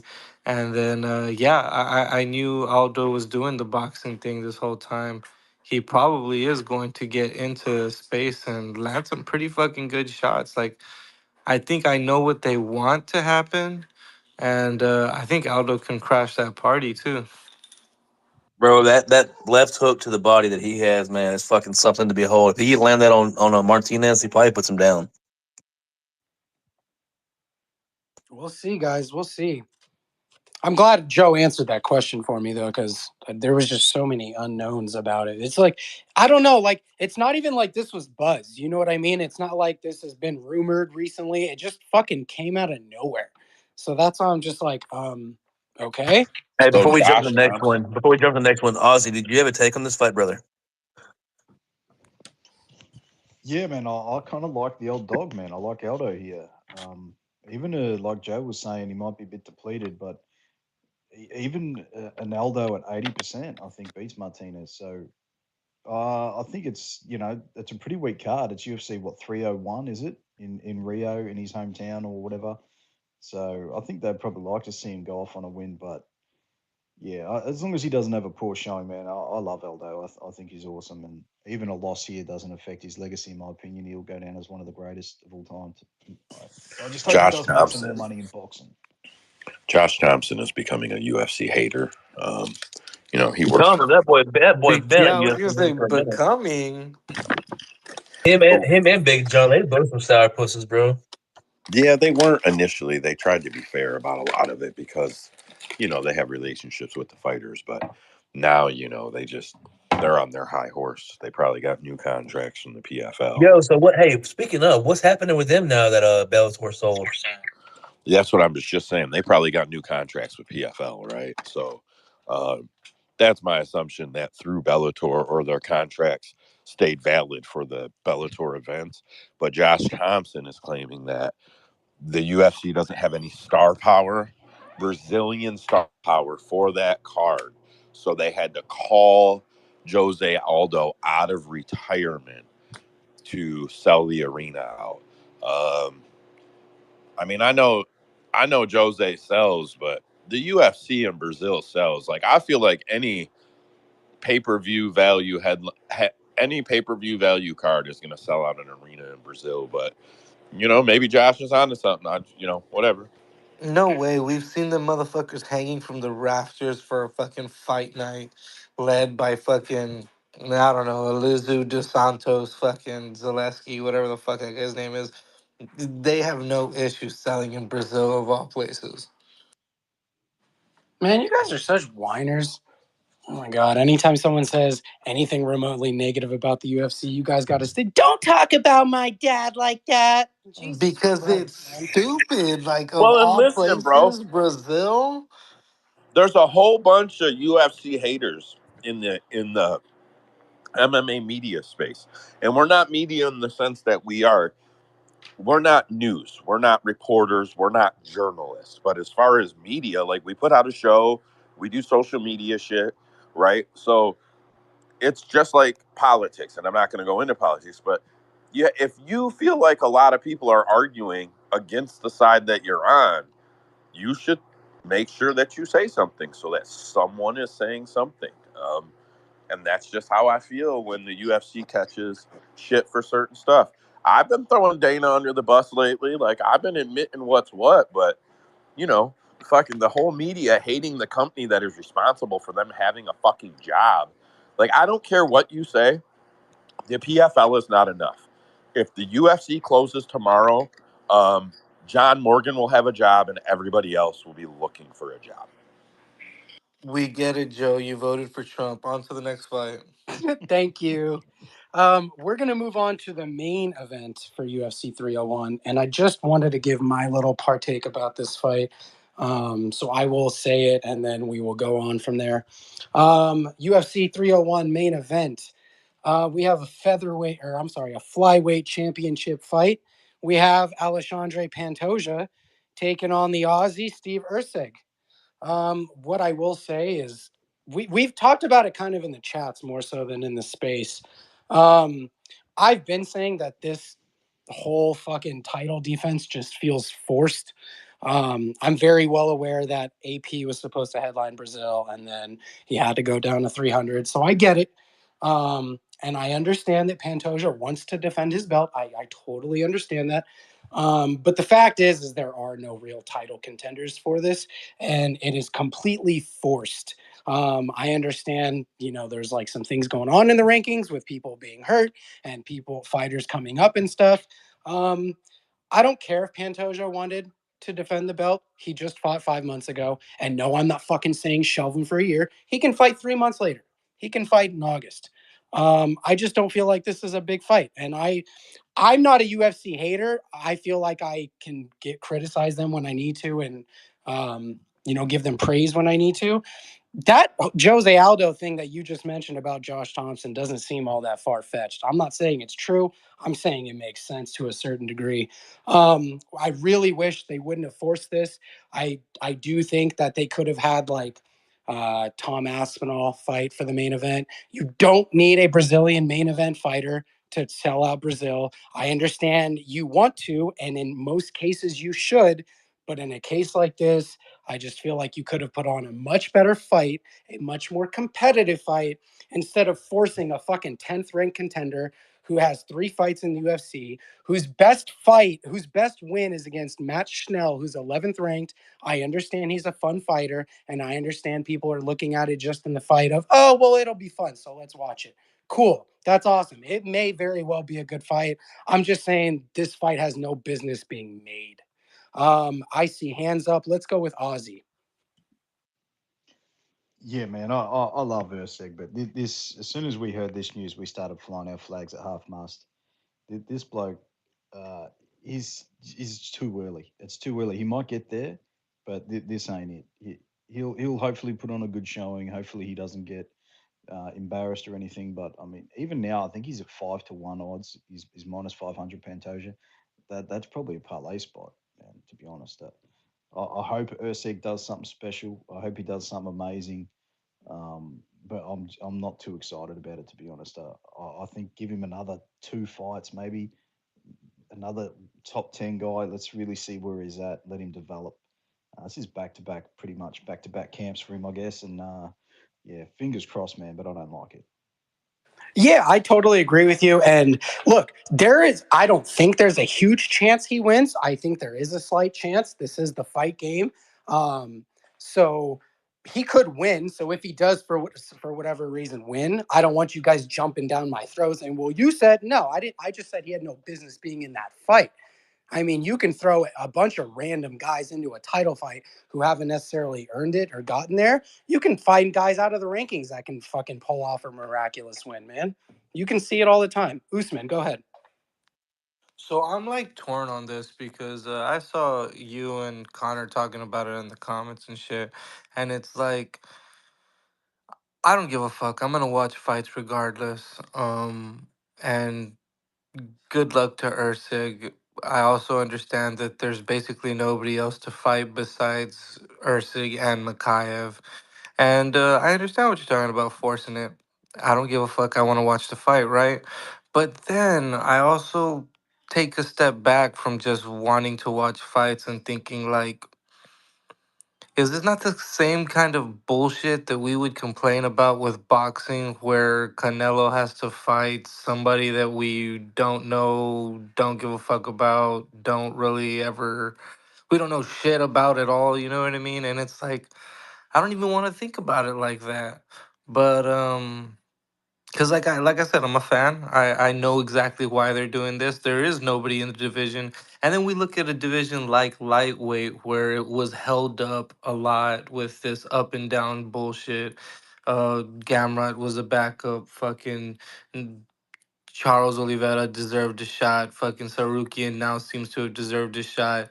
Dustin Poirier just shut down a big contender that was going to get a shot if he beat him, and now Dustin is there where he has had 4 shots, and it's like, fuck Dustin, get him out of here. Like, good job, but also you've had your turn. We have like 7 different people there, and then they're all lined up, and now we don't have a fight for fucking lightweight. It fucking annoys the shit out of me. So it's like we can make contender fights like we're doing in that division, and then we can make contenders like to contender fights that we're doing in this division or not doing, and skipping to the 10th ranked guy. And either way, nobody's gonna be fucking happy at the end of the day. It's kind of annoying, but I'm gonna watch fights.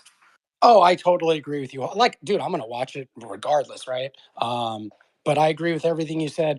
The one thing I forgot to mention that I do want to say, and this is what I think the biggest problem with this fight is aside from everything I've said, the biggest problem with this is I don't think people understand that the can of worms that this fight is opening. Dude, you got a number 10 ranked contender fighting in a title fight. If you guys think this is a one-off, if you guys think this is never going to happen again, no. The gates are flooded open now. That means you can fucking throw in any contender at any number and make up whatever reason you need to get him in there. Because the days of trying to like force someone to get just even one top 5 win to get him a title fight, like they would get fast tracked or whatever, bro, you don't even need to fucking do that anymore. You can just give him a fucking 10th ranked guy. And I do think this is going to be a rippling effect. I hope I'm wrong, but we'll see. Joe, go ahead. Okay, so the idea has been since the rankings came out that if you are in the top 10, you are eligible for a title shot if it lines up for you. That has just been the way it has been since the rankings have come out. That is just how it's been. If you Show have me been the a top last 10th ranked guy to fight in a title fight. Ally Aquenta, Nurmagomedov. Okay. Even like Bisping was like ranked 7th or 8th or some shit like that. Yeah, the Yeah. Iaquinta one was very similar to this one too. So okay, that's fair. Because there was a bunch of fucking pullouts and shit. I get Yeah, it. that's what I'm saying. When the schedule lines up for you, you're the big dog. This is how those fights happen. You know what I'm saying? This is how these things happen. These are how these type of fights that they make movies about, that some crazy fucking 8-1 underdog or some crazy shit wins, because the idea in boxing anyway that has traditionally carried over to MMA is if you are in the top 10, you are eligible for a title shot. As a matter of fact, Iaquinta got that title shot because he was number 10, and Max Holloway was the 145-pound champion or number one contender at the time. And I believe it was him that commission said he couldn't fight because he wasn't eligible in the rankings. And wherever they fought, they went on those rules. But they let No, Max was supposed to fight Khabib, but he pulled out because they both had bad weight cuts. I just want to somebody say got this: if it came down to Mokaev and Urseg being one of like we got to give it to one of them, Ursig definitely deserves it more than Mokaev. Mokaev has looked controversial at best in his wins. Yeah, like he fought from behind. Like he was losing the Timothy Elliott fight. If Tim Elliott had another rounds of gas, he wins that fight. Mokaev loses. Filo, we saw in the replays, Mokaev tapped. Like his career in the UFC is riddled with like question marks on every fight. Like there's no clear win for him. Like he doesn't look impressive when he does win. Let's be honest, an Alex Perez win, while yeah, he might be in the rank top 10, the dude hadn't fought in 3 years. Like he should have been out of the rankings just due to inactivity and pulling out of fights. Uh yeah, of the two, Urseg has looked far more impressive. So I think in a division where Pantoja has already mostly cleared it out en route to becoming the champion. Yeah, I don't think there's many other fights that make sense right now because you got to play the hot hand while it's hot. Urseg's on a 3-fight win streak. He's looked impressive. He's coming off of a big finish. Uh, Known as a submission guy, knocks out obviously a very questionable chin, but at the end of the day, he knocked him out, and the striking looked good. What else? What else would they do with the fight? So yeah, I mean, for like Usman said, you can't help divisions, but like if any champion right now deserves to move up and try to fight another division for another title, it would probably be Pantoja, because that division is mostly cleared out. He has a history of most every fighter in that division, and it's a history of him winning. Outside of the God of War, which would be an interesting fight to see again at another weight class. I know a lot of people probably wouldn't be interested in it, but yeah, another Yeah, fight I don't think that would make anyone sense. disagrees with you in the sense of like choosing Urseg over Makayev just because of everything you said. My only problem is that's the question that people are asking. Well, who is it? If it's not him, it's him. Like, dude, there's a third option. And the third option is don't fucking have the fight. Just have it 3 months later when you have a real contender. What do you think Manel Kopp is going to okay. do to Nicolau? He's going to have a fucking bang out. And then you throw him into that fight. 3 months later, it makes perfect sense. So let me hop in here. First, I just want to say it was Paul Felder. Paul Felder tried to get the fight, but the New York after Max couldn't fight, but the New York New York Athletics State Commission or New York State Athletic Commission, whichever ones it is, said that he was not eligible because he was not a top 10 fighter, and that is why Al got it. But it was Paul Felder that tried to get that fight. Second is, before we go off on these rants too much, A, we have a time frame. B, I explained this to you guys last week. TKO. So Endeavor is the talent agency. I understand, right? They are the talent agency. The UFC is the promotion and production, right? They are the promotion and the production. They are both in one. Um, TKO, who owns Endeavor and the WWE, because Endeavor is still its own stock, right? So they are now the negotiators. They have a new model, a model that may take us out of pay per view. So don't complain about it because it's what took the WWE out of pay per view. They are paid site fees to show up now. That fight night in Saudi Arabia, not pay per view, that fight night in Saudi Arabia, They get 20 million bucks to show up. That's bigger than any US gate they can sell. That's bigger than any gate. 20 million bucks for a fight night. They don't sell 20 million bucks on a fucking gate on a pay-per-view in the US. But they get 20 million bucks to show up in Abu Dhabi. The WWE does pay-per-view value, like those style events, whatever they're named as in Saudi Arabia. They get $50 million an event. They do 2 a year for $100 million. So there's a very good chance that Brazil paid a site fee. And that site fee included the idea that there would be X, Y, and Z on our card. So the UFC likely has to deliver that. We may not like it, but the rankings say it adds up. And I'm gonna say don't bitch about it, because this is literally the model that could get us out of paying for pay-per-view, where you don't gotta have a shitty stream. You just pay the $10 a month for whatever subscription they're on, and you can fucking watch it. Bro, I don't pay for pay-per-views. You're out of your mind. No, I get it. I get what you're saying. I may not necessarily agree with it, but I do understand. Better, I know you had your hand up. Did you want to chime in on this before we go to the next fight? Yeah, I'm assuming y'all are just talking about the pan. What I just got in. All I heard was about the Pandosha gripe. You had your hand up. I'm assuming that's what you wanted to talk about. Yeah, just Okay, then yeah, we I'll talk mostly about just that. weighed in on what are your thoughts on the Urseg and the fight? Like, do you think it should have been, or do you think it should have been somebody else, or are you kind of No, on board yeah, with us if I there's think that's nobody a else? perfect fight. I think the perfect fight would have been Albazi, but Albazi, I'm assuming, couldn't fight. So I think Urseg makes a good choice. Makayev didn't have a really good performance, and Urseg had a phenomenal performance, and he's in the top 10 now. So I think top 10 qualifies you for a title shot, no matter what. I don't think you always have to climb yourself all the way up to the fucking top 3 or top 5. I think as long as you're top 10, you are a title contender, point blank. That's it.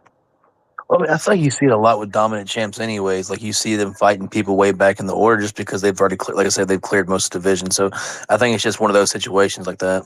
But yeah, Andrew, what you got next? You got me pulled away. We have UFC St. Louis, May 11th. So after this fight last week happened, I don't know which one of you motherfuckers it was, but I give you guys full props, even though you were probably joking. It was either Joe, Trace, or Usman. But one of you guys fucking called this fight, so good job. Waldo Cortez Acosta is taking on Robelis de Spain in the heavyweight division. Was not I. I believe it was Usman said, "Give him Waldo." Waldo. Dude, that shit out. You Waldo. brought that shit into fruition, Usman. Good shit, man. I'm telling you, I have inside sources, but y'all just No, want to bro. make This is jokes. Look, what bro, when you they've rap for been building Waldo, Waldo for. Now Waldo's credible, and a real guy can go in there and knock him out. Then Waldo's going to get 3 more favorable fights against shitty heavyweights, and he'll be 3-0 in his last 3. This guy's a talent, and then the next guy will get to knock him out. I explained this to you guys way back when he got into UFC. Do you Joe, really think Joe, Despain is that good, though? Joe, you leave the He's that good, matchmaking bro. to Dana Brown over here. I say Waldo wins. Waldo wins. No ifs, ands, or Hey, buts. bro, bet the under 60 seconds. So Bet the you under just Don't think, do that. 60 seconds. I don't know. I don't like the guy's technique. I don't think he's all that good. I just think he's crazy powerful. Dude, I have a hard time believing he's just gonna fucking walk through Acosta in 30 seconds like he's done everyone else. Listen, stop, bro. Because when every fight I told you guys Acosta could win, you guys told me I was crazy, including like I think was it Jared Vandera or some shit, Chase Sherman. I can't remember, so I don't want to hear it. I'm telling you, What is this called? Revisionist history or some shit? Shut the hell up, Joe. that is not revisionist history, motherfucker. That is how it went, and I'm telling you, this is what Waldo is for. So guys like this can become superstars. I, whatever it is, what it is. He's gonna knock that motherfucker out in the first round.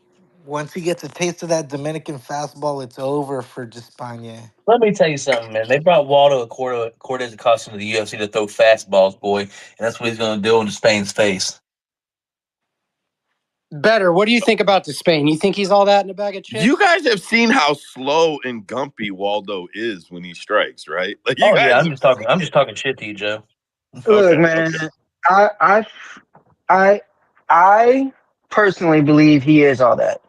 Um, he probably won't make it far. I don't think he's going to be like top 10 or anything.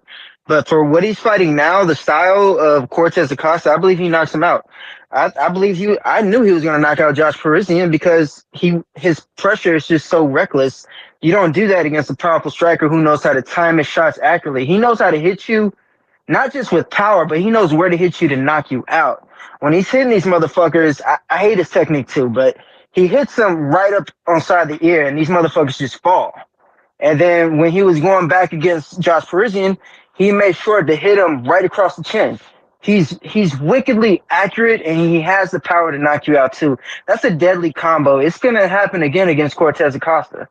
Hey, But as bro. he Hey, if he could learn not to throw that goofy ass leg kick that he has tripped throwing 3 times, bro, he would be a killer. He falls every time he throws the kick, bro. He falls. Like I I told don't. y'all better times don't know shit about betting. Look at him picking a loser. oh my god, Oh man. Well, you know Oh, Usman. Hey, you know Usman muted that mic so we wouldn't hear his goofy ass laughing at his own joke. Hey, you know he been saving that motherfucker for like 2 weeks, bro. He You said, he said, he know. said, he said, better times pull up, bitch. I got something for you. okay. We're gonna go on to UFC 302 on June 1st. We have Michelle Waterson Gomez taking on Jillian Robertson. I feel bad for Waterson because she might get subbed. What else do you have? Dude, what's your beef with Jillian? Show some Yeah, I respect. bro. like It's Jillian a fucking lot, bro, Jillian, but come bro. on, are we gonna? Nah, bro. Let me tell you something. Karate Hottie about to piece that bitch up. Oh Who shit. said that? Did Trey say that? No, she's. Why would? Oh No, God, no, here we no, go. Here no, we go. no. I've kept track. Trace does not get a Jillian Robertson fight wrong. I've kept track. I'm putting the whole bankroll on Michelle Waterson. That's a good point. That I is a don't good know that. point. I don't know that she'll get the finish. Oh, look at him backpedal now that But you no, no, said no, the no, whole no, no. I'm not saying bankroll. that. I don't know that she'll finish, but I don't see Jillian be able to get her down. And if you're going to have to strike with her, especially Jillian Robinson having to stand up and strike with her, she's going to get ate up by kicks that entire fight. That's fair. That's totally fair. We have a UFC event on June 8th. We have a Wait, couple wait, fight wait, wait. announcements. Hey, what is Michelle's last name now? It's Waterson Gomez. Is it a dash between them? Yeah, it's a hyphenated. yes. Yeah, it's hyphenated. All right. Yep. I'm not really a fan of that shit, but whatever. That's a Uh, fade. June 8th, we have undefeated Eduarda Moura. She's going to be taking on Denise Gomes. Someone brought her up earlier.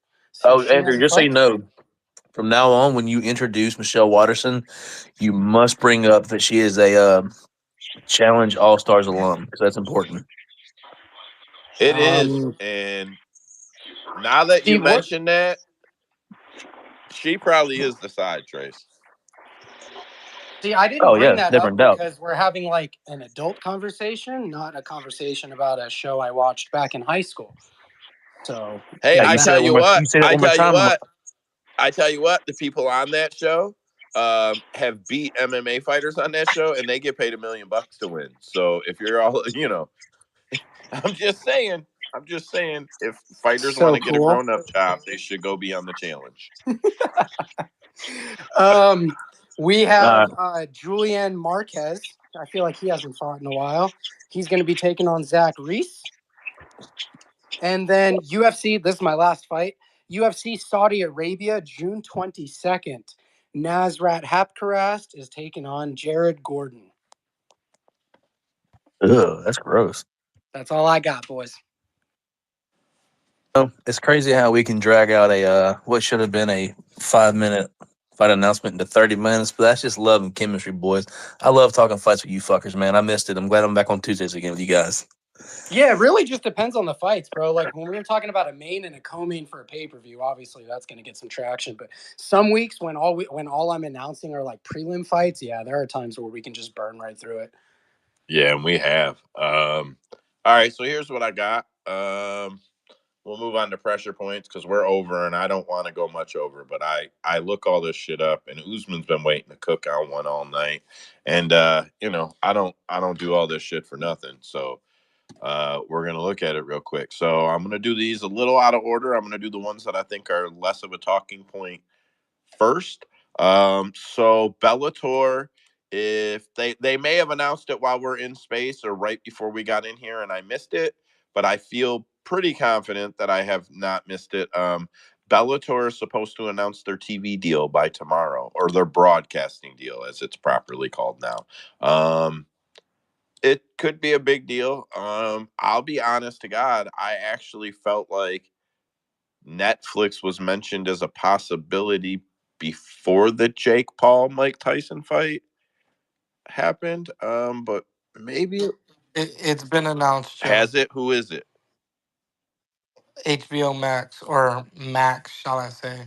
Well, that's fucking dumb. The only So they did the same the thing. only thing I don't understand is that from what I've seen is they keep saying free of charge, but I don't know. I've used Max before. I'm pretty sure you gotta fucking So that's what I was pay just for it about to say, regardless. bro. That doesn't make any fucking sense because it was the same problem you had with Showtime.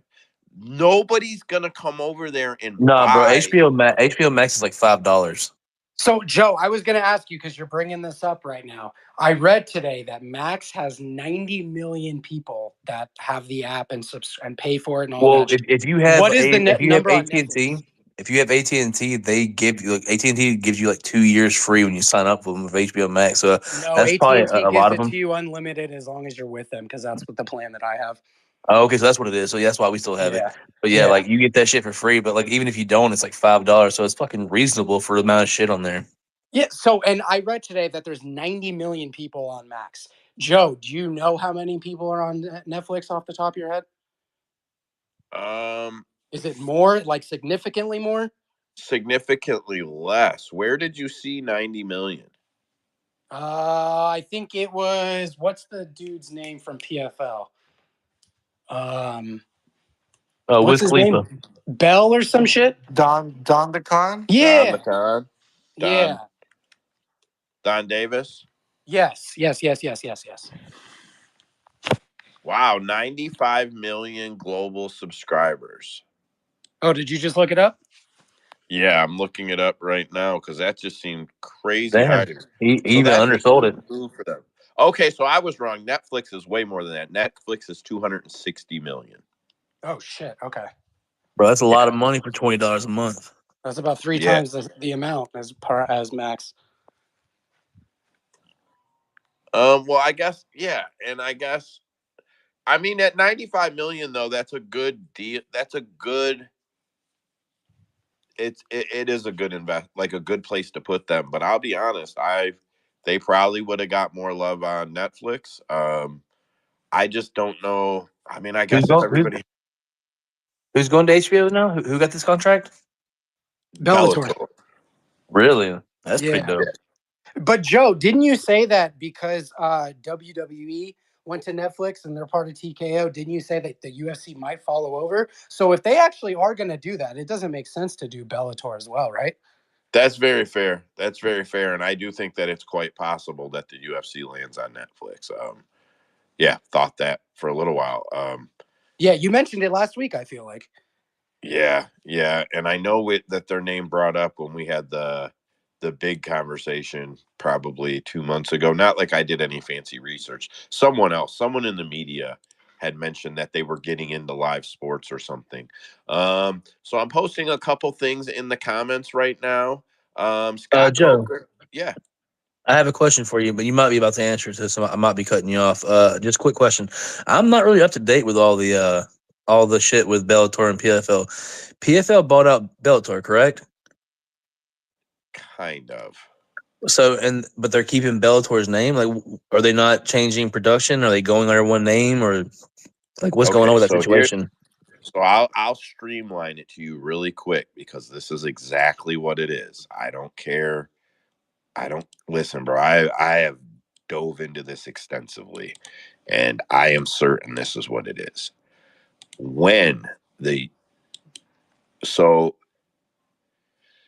Paramount became a shareholder in the PFL.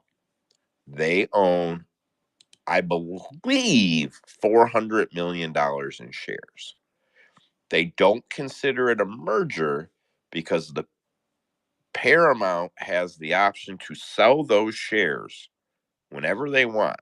So if the stock goes up, they could cash out, they could maintain their shares or portions of their shares. They are allowed to do whatever they want with their shares, but so they are basically just shareholders. But I know that if they hold them, they definitely hold enough stock to come to the table. Um, so basically, Bellator wasn't profitable at a level that Paramount is going to keep putting on live productions for. Um, so they were shopping it, and you can't ask hundreds of millions of dollars for something that makes 30 million bucks a year. Like nobody's going to pay you that. That's just not how it works. Especially when if the people in charge leave, the production falls apart. Yeah, it was a shit show, right? So PFL inherently buys Bellator, but all those fighters have the opportunity to leave. When when the UFC bought Strikeforce and the WEC, not every fighter signed over. Not everybody. Not everybody came over. Those fighters have the option to leave. But what Don Davis did, because he's a fucking con man, is he's putting on 8 Bellator cards a year for 2 years. And that's because roughly, if he can make all these guys fight on the schedule he wants, these guys all have 2 years left under contract with the Bellator. So he is forcing them to fight under a promotion that is already fucking closed or sign with the PFL. So it's like, it's a shit show. If you're in your prime or in a good time in your career, you do not want to sit in Bellator right now. So you can sign with the PFL, or Don Davis can make you stay in your Bellator contract. It's bro, it's I think it's one of the shittiest thing ever, and he sells it so much different on the Ariel Helwani show. But that is what it is. Chris Cyborg's, bro. Yeah, I won't even go into depth on it because we don't have the time. But that is what it is. Brother, I got it all the time. If you boys, I'm ready to talk shit, brother. I ain't got none of that. Kids asleep now. We're good to go. Yeah, it's just that's just is what it is. I don't know. So we got a couple more. So Scott Coker and Gilbert Melendez are starting a fight promotion.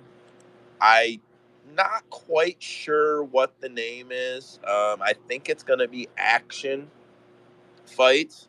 But it's a Bay Area local level, maybe get on Fight Pass type level promotion. But their plan is to give back to the Bay Area.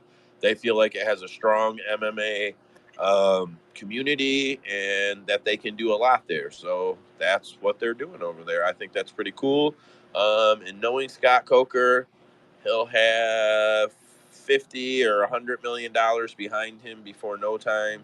And there'll be a promotion that we at least mention here and there because Scott Coker is he's the next best to Dana White. And I'll be honest, Scott's better than Dana White. Scott never got to go $45 million in debt. So um, I like Dana, and I'm a super company fan, but Scott Coker's probably the best in the business. So I doubt that it stays local level unless that's just how he wants to retire out. I don't know. I think that's newsworthy. So from there, Joe, before you go on yeah, that, something I want to throw out there. Hey, if you don't already follow the TikTok account, we do now have a TikTok account, the Cap MMA account. Usman put out a TikTok video today of Billy Q. It's pretty sweet. It's already got like 1,500 views and climbing. So if you haven't looked at it, man, check it out. If you haven't followed the account already, yeah, check us out over there. It's capmma.com on everything pretty much now. I think so. And yeah, we appreciate it. Joe, yeah. what you got? If you can't put the dot in, then it's just Cap MMA com. That's what we use everywhere. Catch us on YouTube too. Yeah. So so Scott Coker. All right. So Stephanie Luciano and Julia Pilastri were supposed to fight this weekend coming up, and the fight is off. The fight is off due to Luciano having the. I don't know how to say this, but I believe it is the. I don't know how to say it. I believe it is the Denu flu. It's Dengue. Dengue. Dengue is that how Yeah. it's said? Yeah. Dengue flu, dengue fever, and shit like that. Yep. So the dengue fever is been declared an official epidemic in parts of Brazil, or maybe all of Brazil. And even though Luciano pulled out, it is an epidemic where Pilastri is from, like her hometown. I don't have the name of the town. I should. I don't know why I don't. But it's I don't know. That is, I sincerely feel like, just being a sports fan, for me it's fighting. Being an international sports fan, for me it's fighting. Um, and I feel like we get to see America be international, which is not typical. All of our sports are typically in house. You can kind of catch the news quick. So I would remember the name of that fever. They say a couple 100,000 people have had it this year, and 10,000 or tens of thousands of people have died. So it's fucking crazy. And it is now. I had a friend that I played like Xbox with when I was younger. Used to play like Call of Duty with it pretty regularly. He was from Brazil, and he used to say like the like I would say plagues, but like not disease. What would you say? Just sicknesses over there. A lot of that shit comes from the bugs, man. The bugs are so bad over there. You got shit that like they have some kind of fly that'll bite you and then defecate, and it's like that's a legit disease over there. It gives you like defecates in its own bite mark. Crazy shit over there, man. Like that's a crazy place to live at. Like So this shit is spread by the mosquitoes. And listen, I'm not saying that this is a conspiracy. Like this is the theory.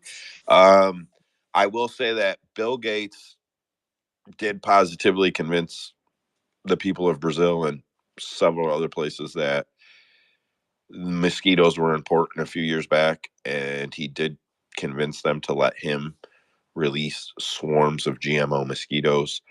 Um, and this shit is transferred by mosquitoes, and Bill Gates owns the company that owns the vaccines. So there are a lot of people in South American news outlets, when I started looking it up earlier, that are going pretty hard on Bill Gates right now. So I don't know how true any of that is, as far as like what connects to what. And I'm not here to lead any conspiracy deals, but that is the situation down there that seems to be in all of the news headlines that I can find some English in, or get, where it says this is translated and it's a little broken in my browser.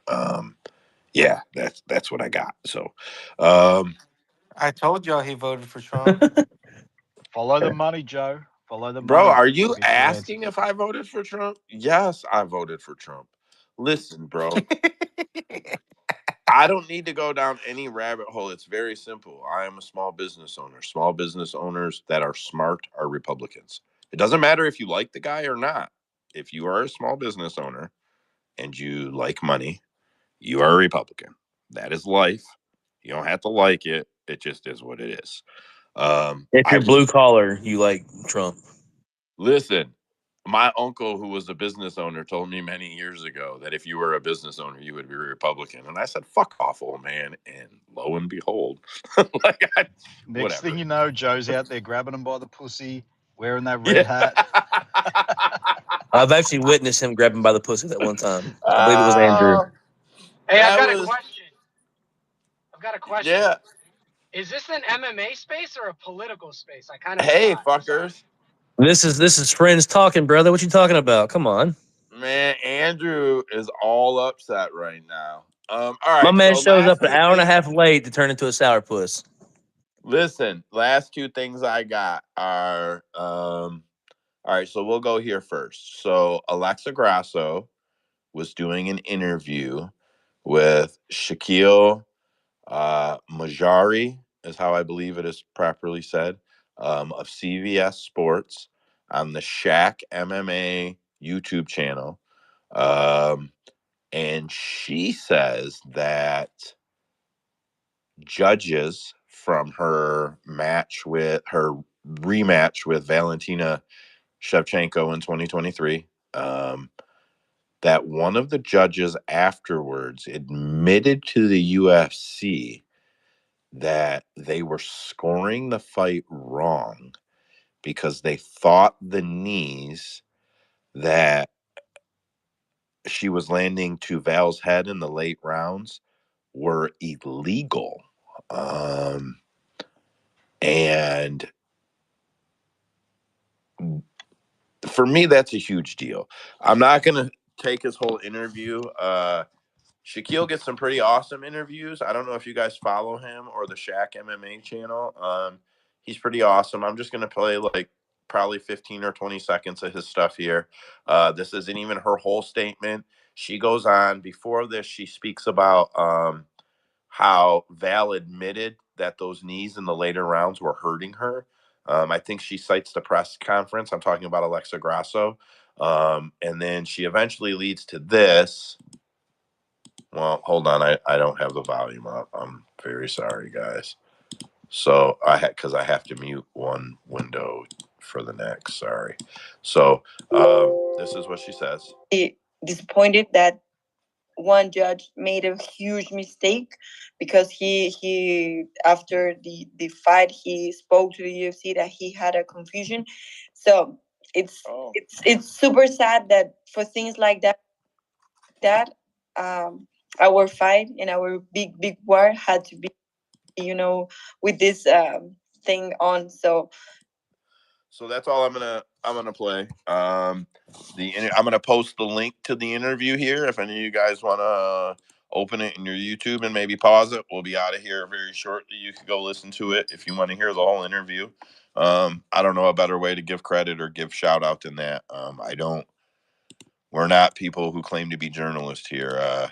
Maybe one day for us, but right now, we just talk about the headlines. So I want to make sure everybody gets all of their credit. So here is the link. If you are on our YouTube channel, I'm sure that Dead Pick scrolls the comments, so you can see the links in that. From there, my issue with this is that whether it is true or not, I mean, I guess that's a huge factor, but assuming that it is true and that she would not lie, it is not the judge's job to deduct points. Or, yeah, that is the rule. Even if he just scored it the wrong way, he still deducted points. It is not his job or her job to deduct points for illegal blows that the referee does not tell them to deduct for. It is not their job to decide if a blow is illegal or legal. It is assumed to be legal unless the referee in the octagon cites in some way that it is illegal. Even then, if there's a warning given or they're separated, if the referee does not direct them to deduct a point, it's not supposed to affect the scoring. We have a system now where the judges don't even follow the scoring criteria. Scoring criteria was rewrote so that a three round fight could have a lot of outcomes, so that 10-7s could happen, 10-8s could be more common, and 10-9s would be close rounds that went one way. It was wrote that way so that we could just see things progress, and they don't follow that system. And now in their head, they're deciding what's legal and what's illegal. This is like, I don't know. I'm actually pretty fucking irritable about the whole subject, and I wish she would name the judge. I'm gonna go back and look at the cards. I wanted to do it today, but I didn't get back out in front of the screens in time after I thought about it before the space. I want to try to figure out who she's talking about. Usman, go ahead. So, from my experience of being like, I got to sit right there to the next to the dude who tallies up the scores. The scores are given off on a piece of paper and just handed off to a dude who prints everything out. From what I've seen right there in my face, they don't even write, like, if a point is deducted, they don't write the 10-8. They write 10-9, and then when the scores are being added up, that person who prints everything puts the deduction points on top of there. You know what I mean? So he's not. Like I said, that's just I'm from. going to let you go again. So he's not even telling the judges to deduct it. He's telling the scorekeeper to deduct the points. Yes, that, and like I said, that's only it was a small regional show, Fury FC, I believe. Um, That's a but I got legit to see it promotion, right though. there. Fury is a fucking legit promotion, bro. Oh, oh yeah, that's why I'm a fucking a Van fan, because I got to see that promotion up close, and that's where he built up from. But yeah, so like they wrote in the 10-9. There was a point deduction for two nut kicks, and the point was deducted by the person that tallies up the scores. Just to add on to that, I know we don't like it, but this is exactly why in the training class when I took the test, Mike Mazzulli himself was right there, uh, telling us that we don't ever, I mean, if we ever do get to judge for fucking a bigger show or something, we don't ever talk to the fighters. We don't ever talk to anything, because I have the scores right here up in front of me. Two judges did give Shevchenko the round, the fourth round. Um, and one of them was the judge that gave Grasso the 10-8 in the fifth. But like, now it just opens a big ass fucking can of worms where we're all assuming who's this idiot that fucked up. On top of that, who is he making? Is he fucking giving 10-8s because he thinks he fucked up here or there or some shit like that? Like, this is why you're not supposed to talk about fucking who uh who you're scoring it for and why you're doing this. Like, it just opens such a big ass can of worms for everybody to make assumptions, and now your name is being fucking dragged through the mud. And in a lot of states, I mean, I don't know how it goes in other countries. I assume there it doesn't happen, but in a lot of states, after the event, the refs are accountable. They have a meeting with the state athletic whoever, and he asked them, "Why did you score this way?" Okay. And why did you score it that way? Okay. And why did you score it that way? Okay. And if they scored it wrong, they try to right there on the spot say, the senior guy, the guy that's the athletic guy or whatever, and then maybe some other senior refs that they have around will weigh in and say, this is how I would have done it. Or judges, not refs. This is how I would have done it. Sometimes they'll have refs talk like, I'm just saying, like, it's not like they're not trying anywhere, is all I'm saying. It's not like that. It, yeah, I don't know, bro. I don't know. I just feel like this is, exactly like you said. Now I have to wonder, did he do a 10-8 because And like, it's so funny. Like, I'm not a judge, but I remember very clearly. If you go check my fucking verdict, bro, I scored John Jones wrong in the first, so I clearly scored the second round the wrong way to make up for it. And like, I've always wondered, like, man, I wonder how many judges are like, you know what? I guess he didn't hurt him that bad last round. I'm gonna go ahead and switch this round around to make that round right. Like, that shit just calls it into question. And yeah, very, very fucking shit subject in my opinion. I do think And Usman like I righted said, about that, about not talking. There's a reason why they don't fight, and that's because if they're not entirely sure about what they're doing or what they know, like if you're a public speaker, right? You don't public speak if you don't know what the fuck you're talking about, right? Like that actually takes preparation and practice to do. So when these judges speak and sometimes they fumble up their words or they just expose the fact that they have a misunderstanding of the rules, like Usman said, man, you open up a can of worms. These guys aren't public speakers; they're judges. They should shut up. Yeah, I agree. yeah, and I've given. I know people don't like it, but I've given the explanation on why Grasso got that 10-8 at the in the fifth round, and I 100% understand why you think that she didn't deserve it or something like that.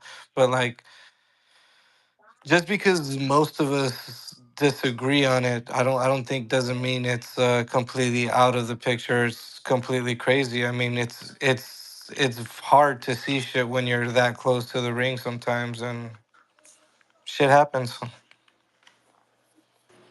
Yeah, I'm not. Yeah, 100%. I'm not mad about. I mean, I might disagree with him. I'll say this fighter got fucked.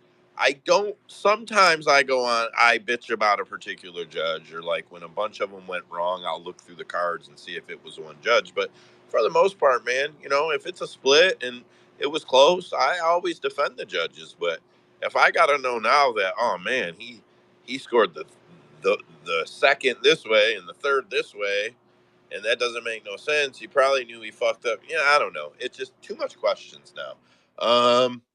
All right, last topic here. We got to move on. Fuck, this is way later. I don't like running this late. I'm just trying, for the sake of the show, to get everything in time frames and keep it there. I don't mind going late. I'm just trying to get us to that type of format. I feel like it's important. We really are going to open up to a bunch of formats here, and we're going to be managing. Like me and Dead Picks will be managing a control panel that feeds from a bunch of places, and I don't know. It just would be helpful. All right, so Francis Ngannou. Everybody's seen Francis Ngannou get knocked out at this point, right? I mean, give me some thumbs down if you haven't. We'll go find you a fucking Twitter video and we'll post it. So Francis Ngannou has absolutely, or he was absolutely knocked out by Anthony Joshua. He went to Instagram Live and did an interview. Well, I don't know what it's called. He went to Instagram Live and he was answering the questions or whatever. Don't fucking laugh at me down there, Henry. I'm old. I don't care, man. I see you laughing at me. I'm not mad at you, but I'm old. So I think it's live. Uh, Instagram Live. It is that. I don't know. I don't know what this shit is called, man. He went fucking live. Um, and people were typing questions, I assume, and he's answering them. And when he was asked about the fight and leading up to it, he said, "Here, I'm going to give you his audio. Credit to Francis and his Instagram." I remember being even in the locker trying to warm up, and then, bro, he wasn't going. I was feeling asleep. I told Eric, like, bro, something like I'm feeling asleep. I'm sweating, but I'm feeling asleep. But, I assume that's how some people that I have fought, some people that I beat have failed before. I'm happy about that. No blame to anybody. So Francis is being cool about it. He also said something similar to Ariel. I'm not going to go into a dive on a bunch of video clips, but I could play you a video clip for Francis or for Tyson Fury 2 fights ago. Dylan, I can't remember the guy's name, but after that fight, he said I had very good information not to drink anything. We brought our own water in our own bag. If it wasn't sealed from my guy, from my bag, I didn't drink it. And he said I handed a bottle of water back to a guy. And then I found another clip where they show it. A guy walks on stage and hands him a water, and he looks at the guy and hands it right back to him. Like he takes it by habit and then looks at the guy and gives it right back to him. I personally feel like Turkey El Sheik is trying to build boxing. I feel like he has a big fund behind him. I feel like he has made it very clear he is trying to restore boxing in its glory. I felt like Francis got fucked in the Tyson Fury fight. I felt like there was clearly something up with the judging. I'll leave that at that. It was made pretty clear that Turkey wanted Fury and Joshua to fight. He wants that. It was also made very clear that he specifically told Anthony Joshua, knock him out. Do not let him come in here and embarrass us. Do not let him do that. I posted a video. I wrote it as a shitty edit because like everything's not fit. I was just trying to get out there everything I think of. It's on our page probably a few days back. And you know, I quit watching boxing. I fell in love with MMA because even though steroids and all that shit, I felt like the UFC is a little less rigged of an environment. I'll say it that way. I don't think the UFC is rigged, but I just don't want to start the debate right now. I think boxing is the dirtiest sport for cheating that maybe that exists. And for me to think, is it very feasible that Francis was slipped some water with even melatonin in it that would slow him down and not be found if he went and got a drug test? Absolutely. So Francis won't say it, but I will. I think Francis Ngannou was probably doped and got fucked on the judges' scorecards. Bro, Yeah. if melatonin was enough to knock his big ass out, he was there to get knocked out then. Melatonin making him cry as a big old pussy.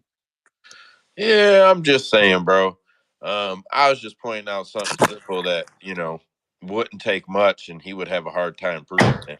I think he knew it. There's an interview after the decision where he clearly says yes, he feels like he got robbed. There's a couple interviews where he makes it clear that he's not gonna complain. He wants another fight, but he felt like they did him dirty. I'm just saying it's very possible they did him dirty again. Bro, I've got to say, man, I'm proud of you, Joe. You're actually saying something positive about Francis since he's left the UFC. That's good, man. I'm Yeah. happy for you. Yeah, I mean, whatever. He was chasing something. So at this point, Francis made really good money. I can test he would have made really good money inside the UFC too. If he would have taken that new contract. I mean, that was big money for him. But either way, yeah, I feel like he got fucked. I feel like he got made a mockery of. For me, if you're dumping millions and millions and millions of dollars, because we know they've lost money. They lost money to put on the Fury Ngannou fight. They lost money.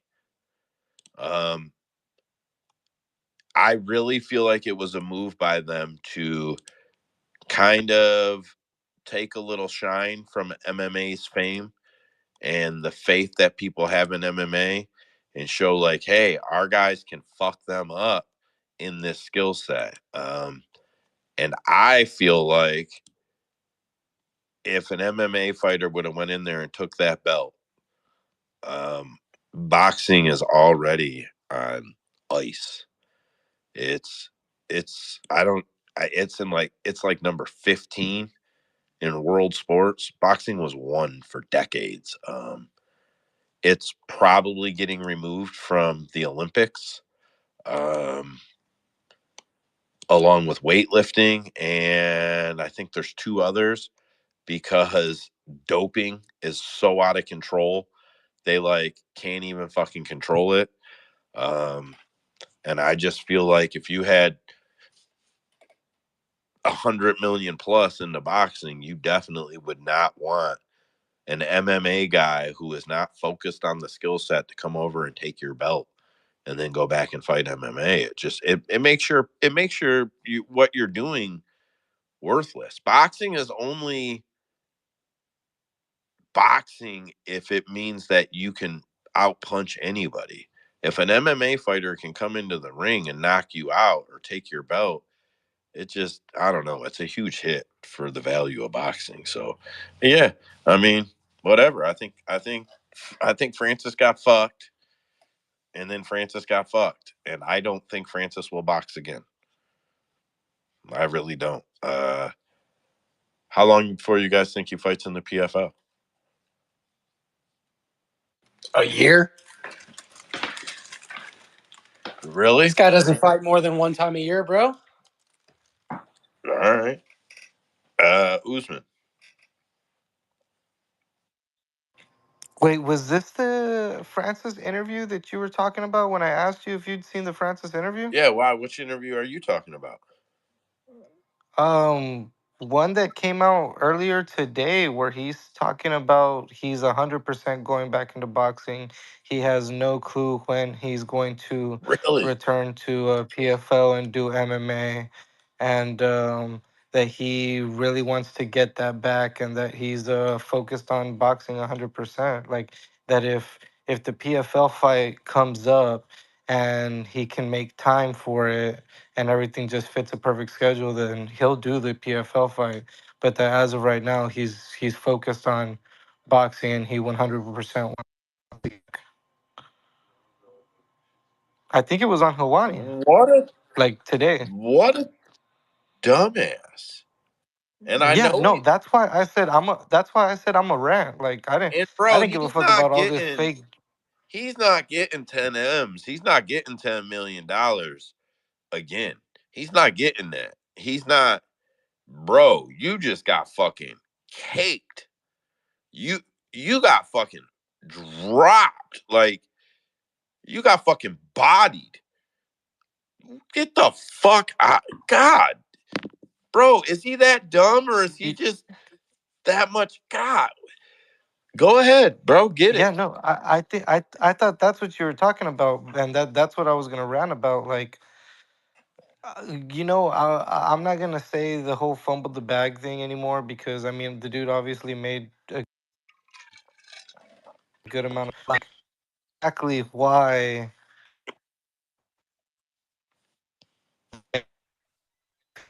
And now it's leaking where if money he's Usman, you are cutting out, bro. I can't understand a word you're saying. hello All right. hello I can hear that. Usman, yeah, can you hear me? we can now, but you were cutting up pretty bad. You have a fan or something? Nah, man, I'm sitting here in the living room by myself with my pants down. Um, Yeah. no, yeah, no. What I was saying was that like this shit has become a plague to fucking MMA now because it's leaking out of the UFC, and it all started with the whole Connor thing. Like, Dana would have been right to never let Francis go out and do the boxing thing because of not only what like he's doing now, but like the how do I say the dominoes that it would have continued to fall. Like everybody wants to do boxing even without Francis getting the shot from the UFC. And now he's just outright saying that he's going to put MMA on the back burner so that he can focus on boxing. And it's like, good for him. He made the money, but whatever you want to think about it, he looked like a fool out there getting fucking plastered as like one of the biggest, baddest men in the fucking world. And now he's not even fucking committed to going back to a sport where he's also supposed to be getting paid good money and shit. Like it's super fucking It's because annoying. he's not, Ro- bro. He turned the bag down, Usman. He turned the. No, I know. We've said this. Like he would have gotten money from fucking UFC, and then God forbid he fucking beats John Jones. It would have been crazy. Fucking what is PFL gonna give him? The $1 million? They're not gonna give him ten I think million it's dollars. two. I think Like he gets two. yeah, I think his opponent yeah, they're gets not giving one, him fucking and ten he million gets dollars to two, fight. and a huge part of the pay-per-view that's not going to sell anyway. And then he gets to be on the seat with UFC Africa, or it's not Africa, it's MENA. It's MENA. And like I just, bro, he could have taken 5 million plus points to fight Gan. Gone. Yep. So that would have probably only been what, 6 million, 7 million bucks. Then he would have fought John, 5 million plus points. That's at least $10 million. Fuck you. That's at least $10 million, bro. Because that shit is gonna generate like crazy. But let's call it low and say 8 again. So you're at about $15 million if you beat John, because that's what you would have been betting on. Bro, the rematch would have been massive. You would have made at least $10 million. So you'd have been at $20 to $25 million for 3 MMA fights. Instead, you took 600 grand to fight Gon, 10 million to fight Fury, 20 million to fight Joshua. So you're at 30 million. Like, dude, made more money. Don't get me wrong, but here's where the people who really probably looked at all those finances will know if Francis gets ahead. So a fourth fight in the UFC would have been worth another, even if Francis got beat by John. John probably wouldn't have knocked him out. He probably would have pointed him or submitted. I'll even admit that. I don't see how John knocks Francis out, right? So at that point, it's a trilogy. So maybe he gets another fight and then takes the John fight. But my point is, all those fights are worth 10 million or 5 million plus points. So those are $7 to $10 million fights for his pocket, right? Um, Now in boxing, he was betting that he would do better in boxing and he'd be able to see Tyson Fury got a $50 million payday and he wanted that. I actually heard that Anthony Joshua might have got close to $50 million for this fight. I don't. I can't confirm that. I don't have a tweet to share or anything like that. And Francis wanted that type of money. Francis got fucking bodied, bro. So now your next fight or the next two fights, see where you land. Because, like you just said, what's PFL going to give him? $1 million or $2 million? It. So I don't know. I'm saying like Francis did well. He made a ton of money, more than I'll have in my life. I'm not talking shit about him. I'm just saying like as far as the bag, no, I really think that Francis thought that because he was such a puncher, I think Francis thought he would have a better path in boxing. I really think he was cocky enough to think that he could outbox these guys. And maybe he could have. He looked great against Fury, but I still think shit was fixed, but it just didn't work out for him, bro. Aussie, go ahead.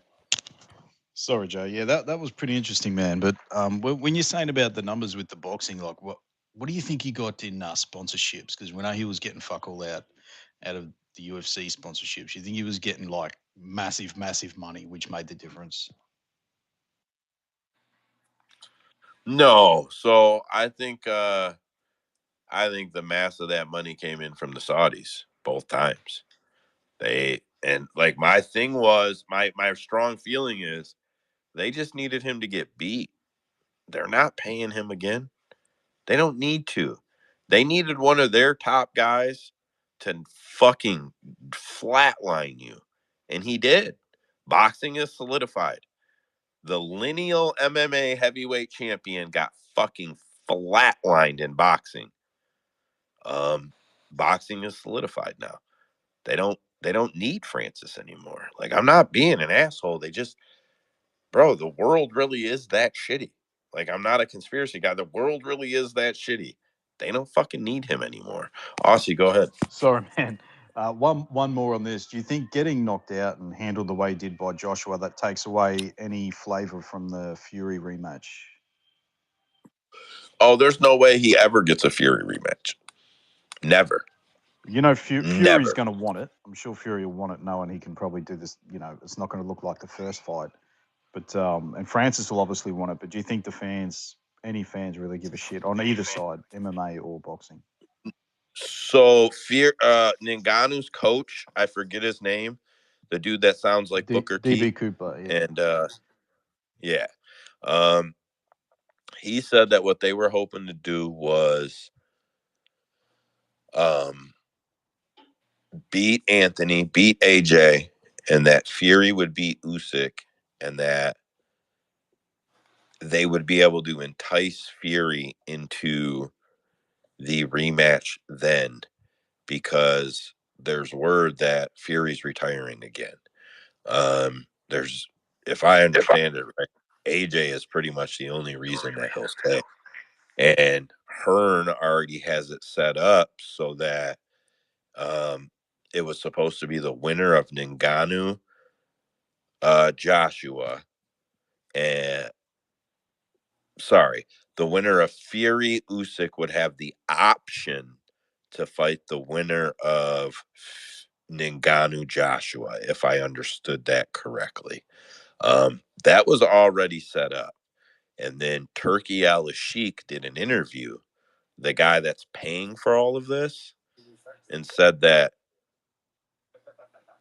everybody must see Joshua versus Fury. He goes on a tiny rant about it. Yeah, I don't know. I think boxing's a shitty place. I think Tyson Fury probably fights Anthony Joshua, and if he beats him, I think that's the end of Tyson Fury. I don't think we ever see him again. He wanted to retire already. Before this fight, he mentioned it. He's pretty much done. They just the Saudis are willing to pay to get to see all of these legacy matches. I have I'll try to remember to send you the interview specifically where he talks about it. They want to build boxing back. He talks about how AJ is, I don't know their ages, but like he names them. He's like, Usyk is 37, AJ is 37, Tyson is 38. You know, like he's naming off all their names. And he's like, we got to get these fights right now because these guys are all basically done. So, no, I don't think Francis ever gets that back. I think chasing boxing is chasing nothing. As far as the big purses go, I think boxing is going to suffer massively when AJ, Fury, and Wilder are gone. I don't think they have the star power to carry it. Like them three are carrying the money. They're carrying the money right now. I just don't see how boxing can hold that over. Usman. So just a quick question. I know these fuckers have like all the money in the world and that's why they're doing all this shit. But are like AJ and fucking Ngannou getting pay-per-view points when it comes to these fights, or like are they taking like, hey, we fucking paid you 50 million, you're getting your endorsements and shit like that. We're taking the pay-per-view points to at least cover the fucking site, or I don't know, some shit. Like I said, I know they got all the fucking money in the world, but like are did they get pay-per-view points on top of all the money that they're making? So from what I can All right, so from what I could deduct, and bro, this is just my deduction. I didn't bring this in here to report it. I'm just talking with you. Um, it is after a certain point. So if I understood correctly, Tyson Fury got a few dollars, like millions, for the amount of pay-per-views that him and Fury did hit. but I think it was $5 million flat. I think, and I couldn't find anywhere where I found articles that said this could put him over, but I couldn't find any articles that said that Francis got anything. So my assumption is that Tyson had a better contract. That's my assumption. Yep, that's my assumption. So I don't think they're selling enough to get enough to make a difference, because I think Tyson only got $5 million over what he was guaranteed, which isn't a lot for boxing pay-per-views by any standard. So I don't think, man, I had it fucking bookmarked. Damn it, I had it bookmarked. Cade might know, he's in here. Fuck. I want to say it only did 11,600 in the States from cable providers. They said that the mass of them would have sold on DAZN.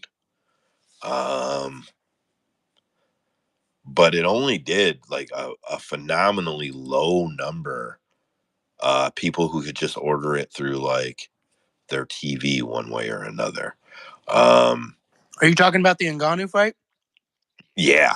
Dude, it was on at like fucking 3 p.m. Everyone's at work on the West Coast, bro. No one's fucking buying that shit. Yeah, but like stateside, it was like 11,000. Bro, I had it bookmarked last week, and we didn't touch on it too much, but we did. Fuck, I don't save the bookmarks, but yeah, it was really low.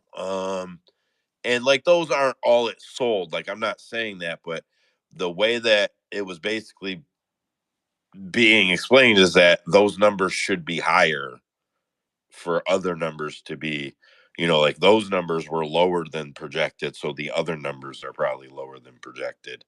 And I will say this, no one is reporting how many pay-per-views it did. I don't see anybody out here bragging. So yeah, I doubt it did 1 million, because that was like what it needed to break even or some shit. So I doubt it hit that or even fucking close to that, to be honest. I just don't see the appeal. I feel like the AJ Ngannou fight probably did better though, because after Ngannou went the distance with Fury, people were probably a little more interested, but I don't know. I feel like boxing's in a lull because the old guys are getting old, and those are the only people that anybody really wants to pay to see fight right now. Yeah. You guys see fucking Ryan Garcia still spinning out of control?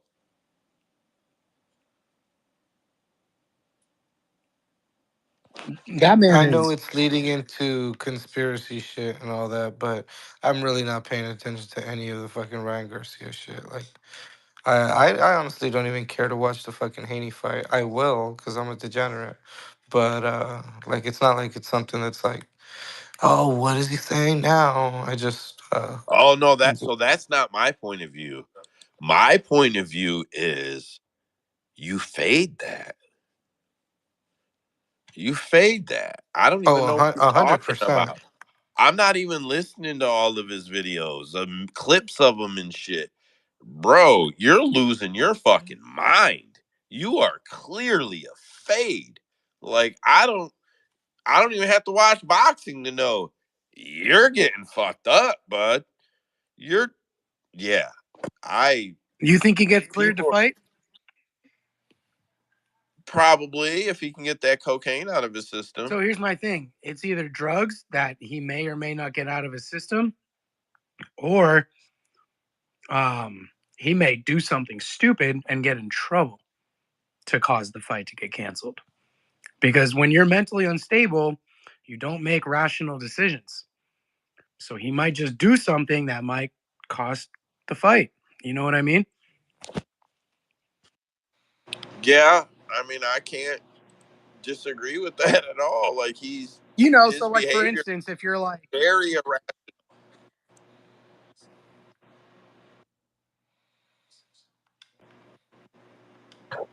Go ahead, Andrew. I didn't mean to cut you off. Oh no, go ahead, bro. My bad. No, I was just saying, bro, like that is when you spin like that, yeah, that's just a fade. That's all I got. That's everything on the list. We went an hour over. We got to tighten this shit up, or I got to cut these down. I have a hard time cutting down some of these though. So I was down to 10 or 12 this week. Man, we'll have to do something, do better. I don't know. That's all I got. CapMMA.com. It's our website. It's the best place to get money line odds. We've got overs and unders right now. Turn parlays on. Check compare. Um, check rounds. Rounds will turn on the over unders. New feature that is already built, but I'm having a problem with the loading time. I'll get that straightened out really soon, and get it posted. I've now got book counts and day count for the books in a column. So on the, how many days that line's been posted, so you can see how old it is.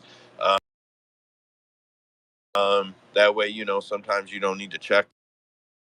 Um, from there, tail of the tape is done and it is really detailed. I just got to get it linked over to the board. That won't take me, but I need to get that loading problem solved up. So once I get the loading problem solved, you'll be able to go to our page right on the board. You'll be able to type in any two fighters you want. You'll be able to select UFC, PFL, or one. It'll pull the live tail of the tape for you, from reliable web resources that comparisons done soon. And we will have a matchup button, so we'll have all the odds, all the averages, all the times that they've been posted, and you'll just be able to click matchup and you'll get the tail of the tape side by side right there. I think we'll be the only guys giving you all rankings from the major promotions. We have the UFC standings, not the rankings, the standings, like the leaderboards. PFL has some leaderboards now, so we'll figure out how to get those reporting too. We definitely want to be able to let everybody see everything. Usman, go ahead.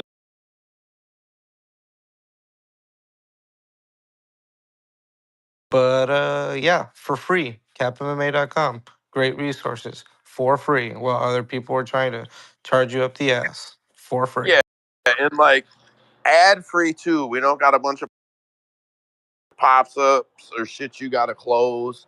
I take a lot of pride in that. We're not going to do it that way. We're not going to do it in a manner where it's got to load forever and ever. Shit, if it won't load in about 15 seconds, and I know that might seem like a long time, but man, we're loading a lot of data live from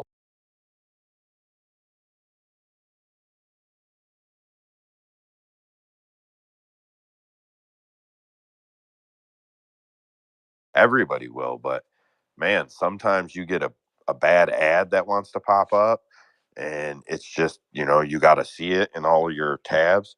Bro, I have literally had tabs not stop loading for like 10 minutes. They're just sitting there loading. They're not fucking loading anything but these ads. Yeah, we won't do that to anybody. That's not what we're there for. There's no paid subscription. There's nothing like that. It's all free. But if you use it, it does drive up our traffics, and ideally we'll get on the affiliate links program. So when you say, oh, look, I want to go bet at DraftKings, and you just click DraftKings and it just opens the website for you, ideally we'll be able to get paid from stuff like that, where we're giving you a convenience and we can make some money for the site there. So that is the goal, but it is ad free and it is subscription free. I went on again, but thanks, guys. Yeah, shout out to Dead Picks, man, behind the scenes, takes care of the YouTube for us. And yeah, we appreciate everything you do, Dead Picks. Yeah, that's the show, guys. Good luck on your bets and picks this week. You got ours. Hopefully, y'all ride with us and we win some money. And yeah, Rhino's gay, so see y'all later.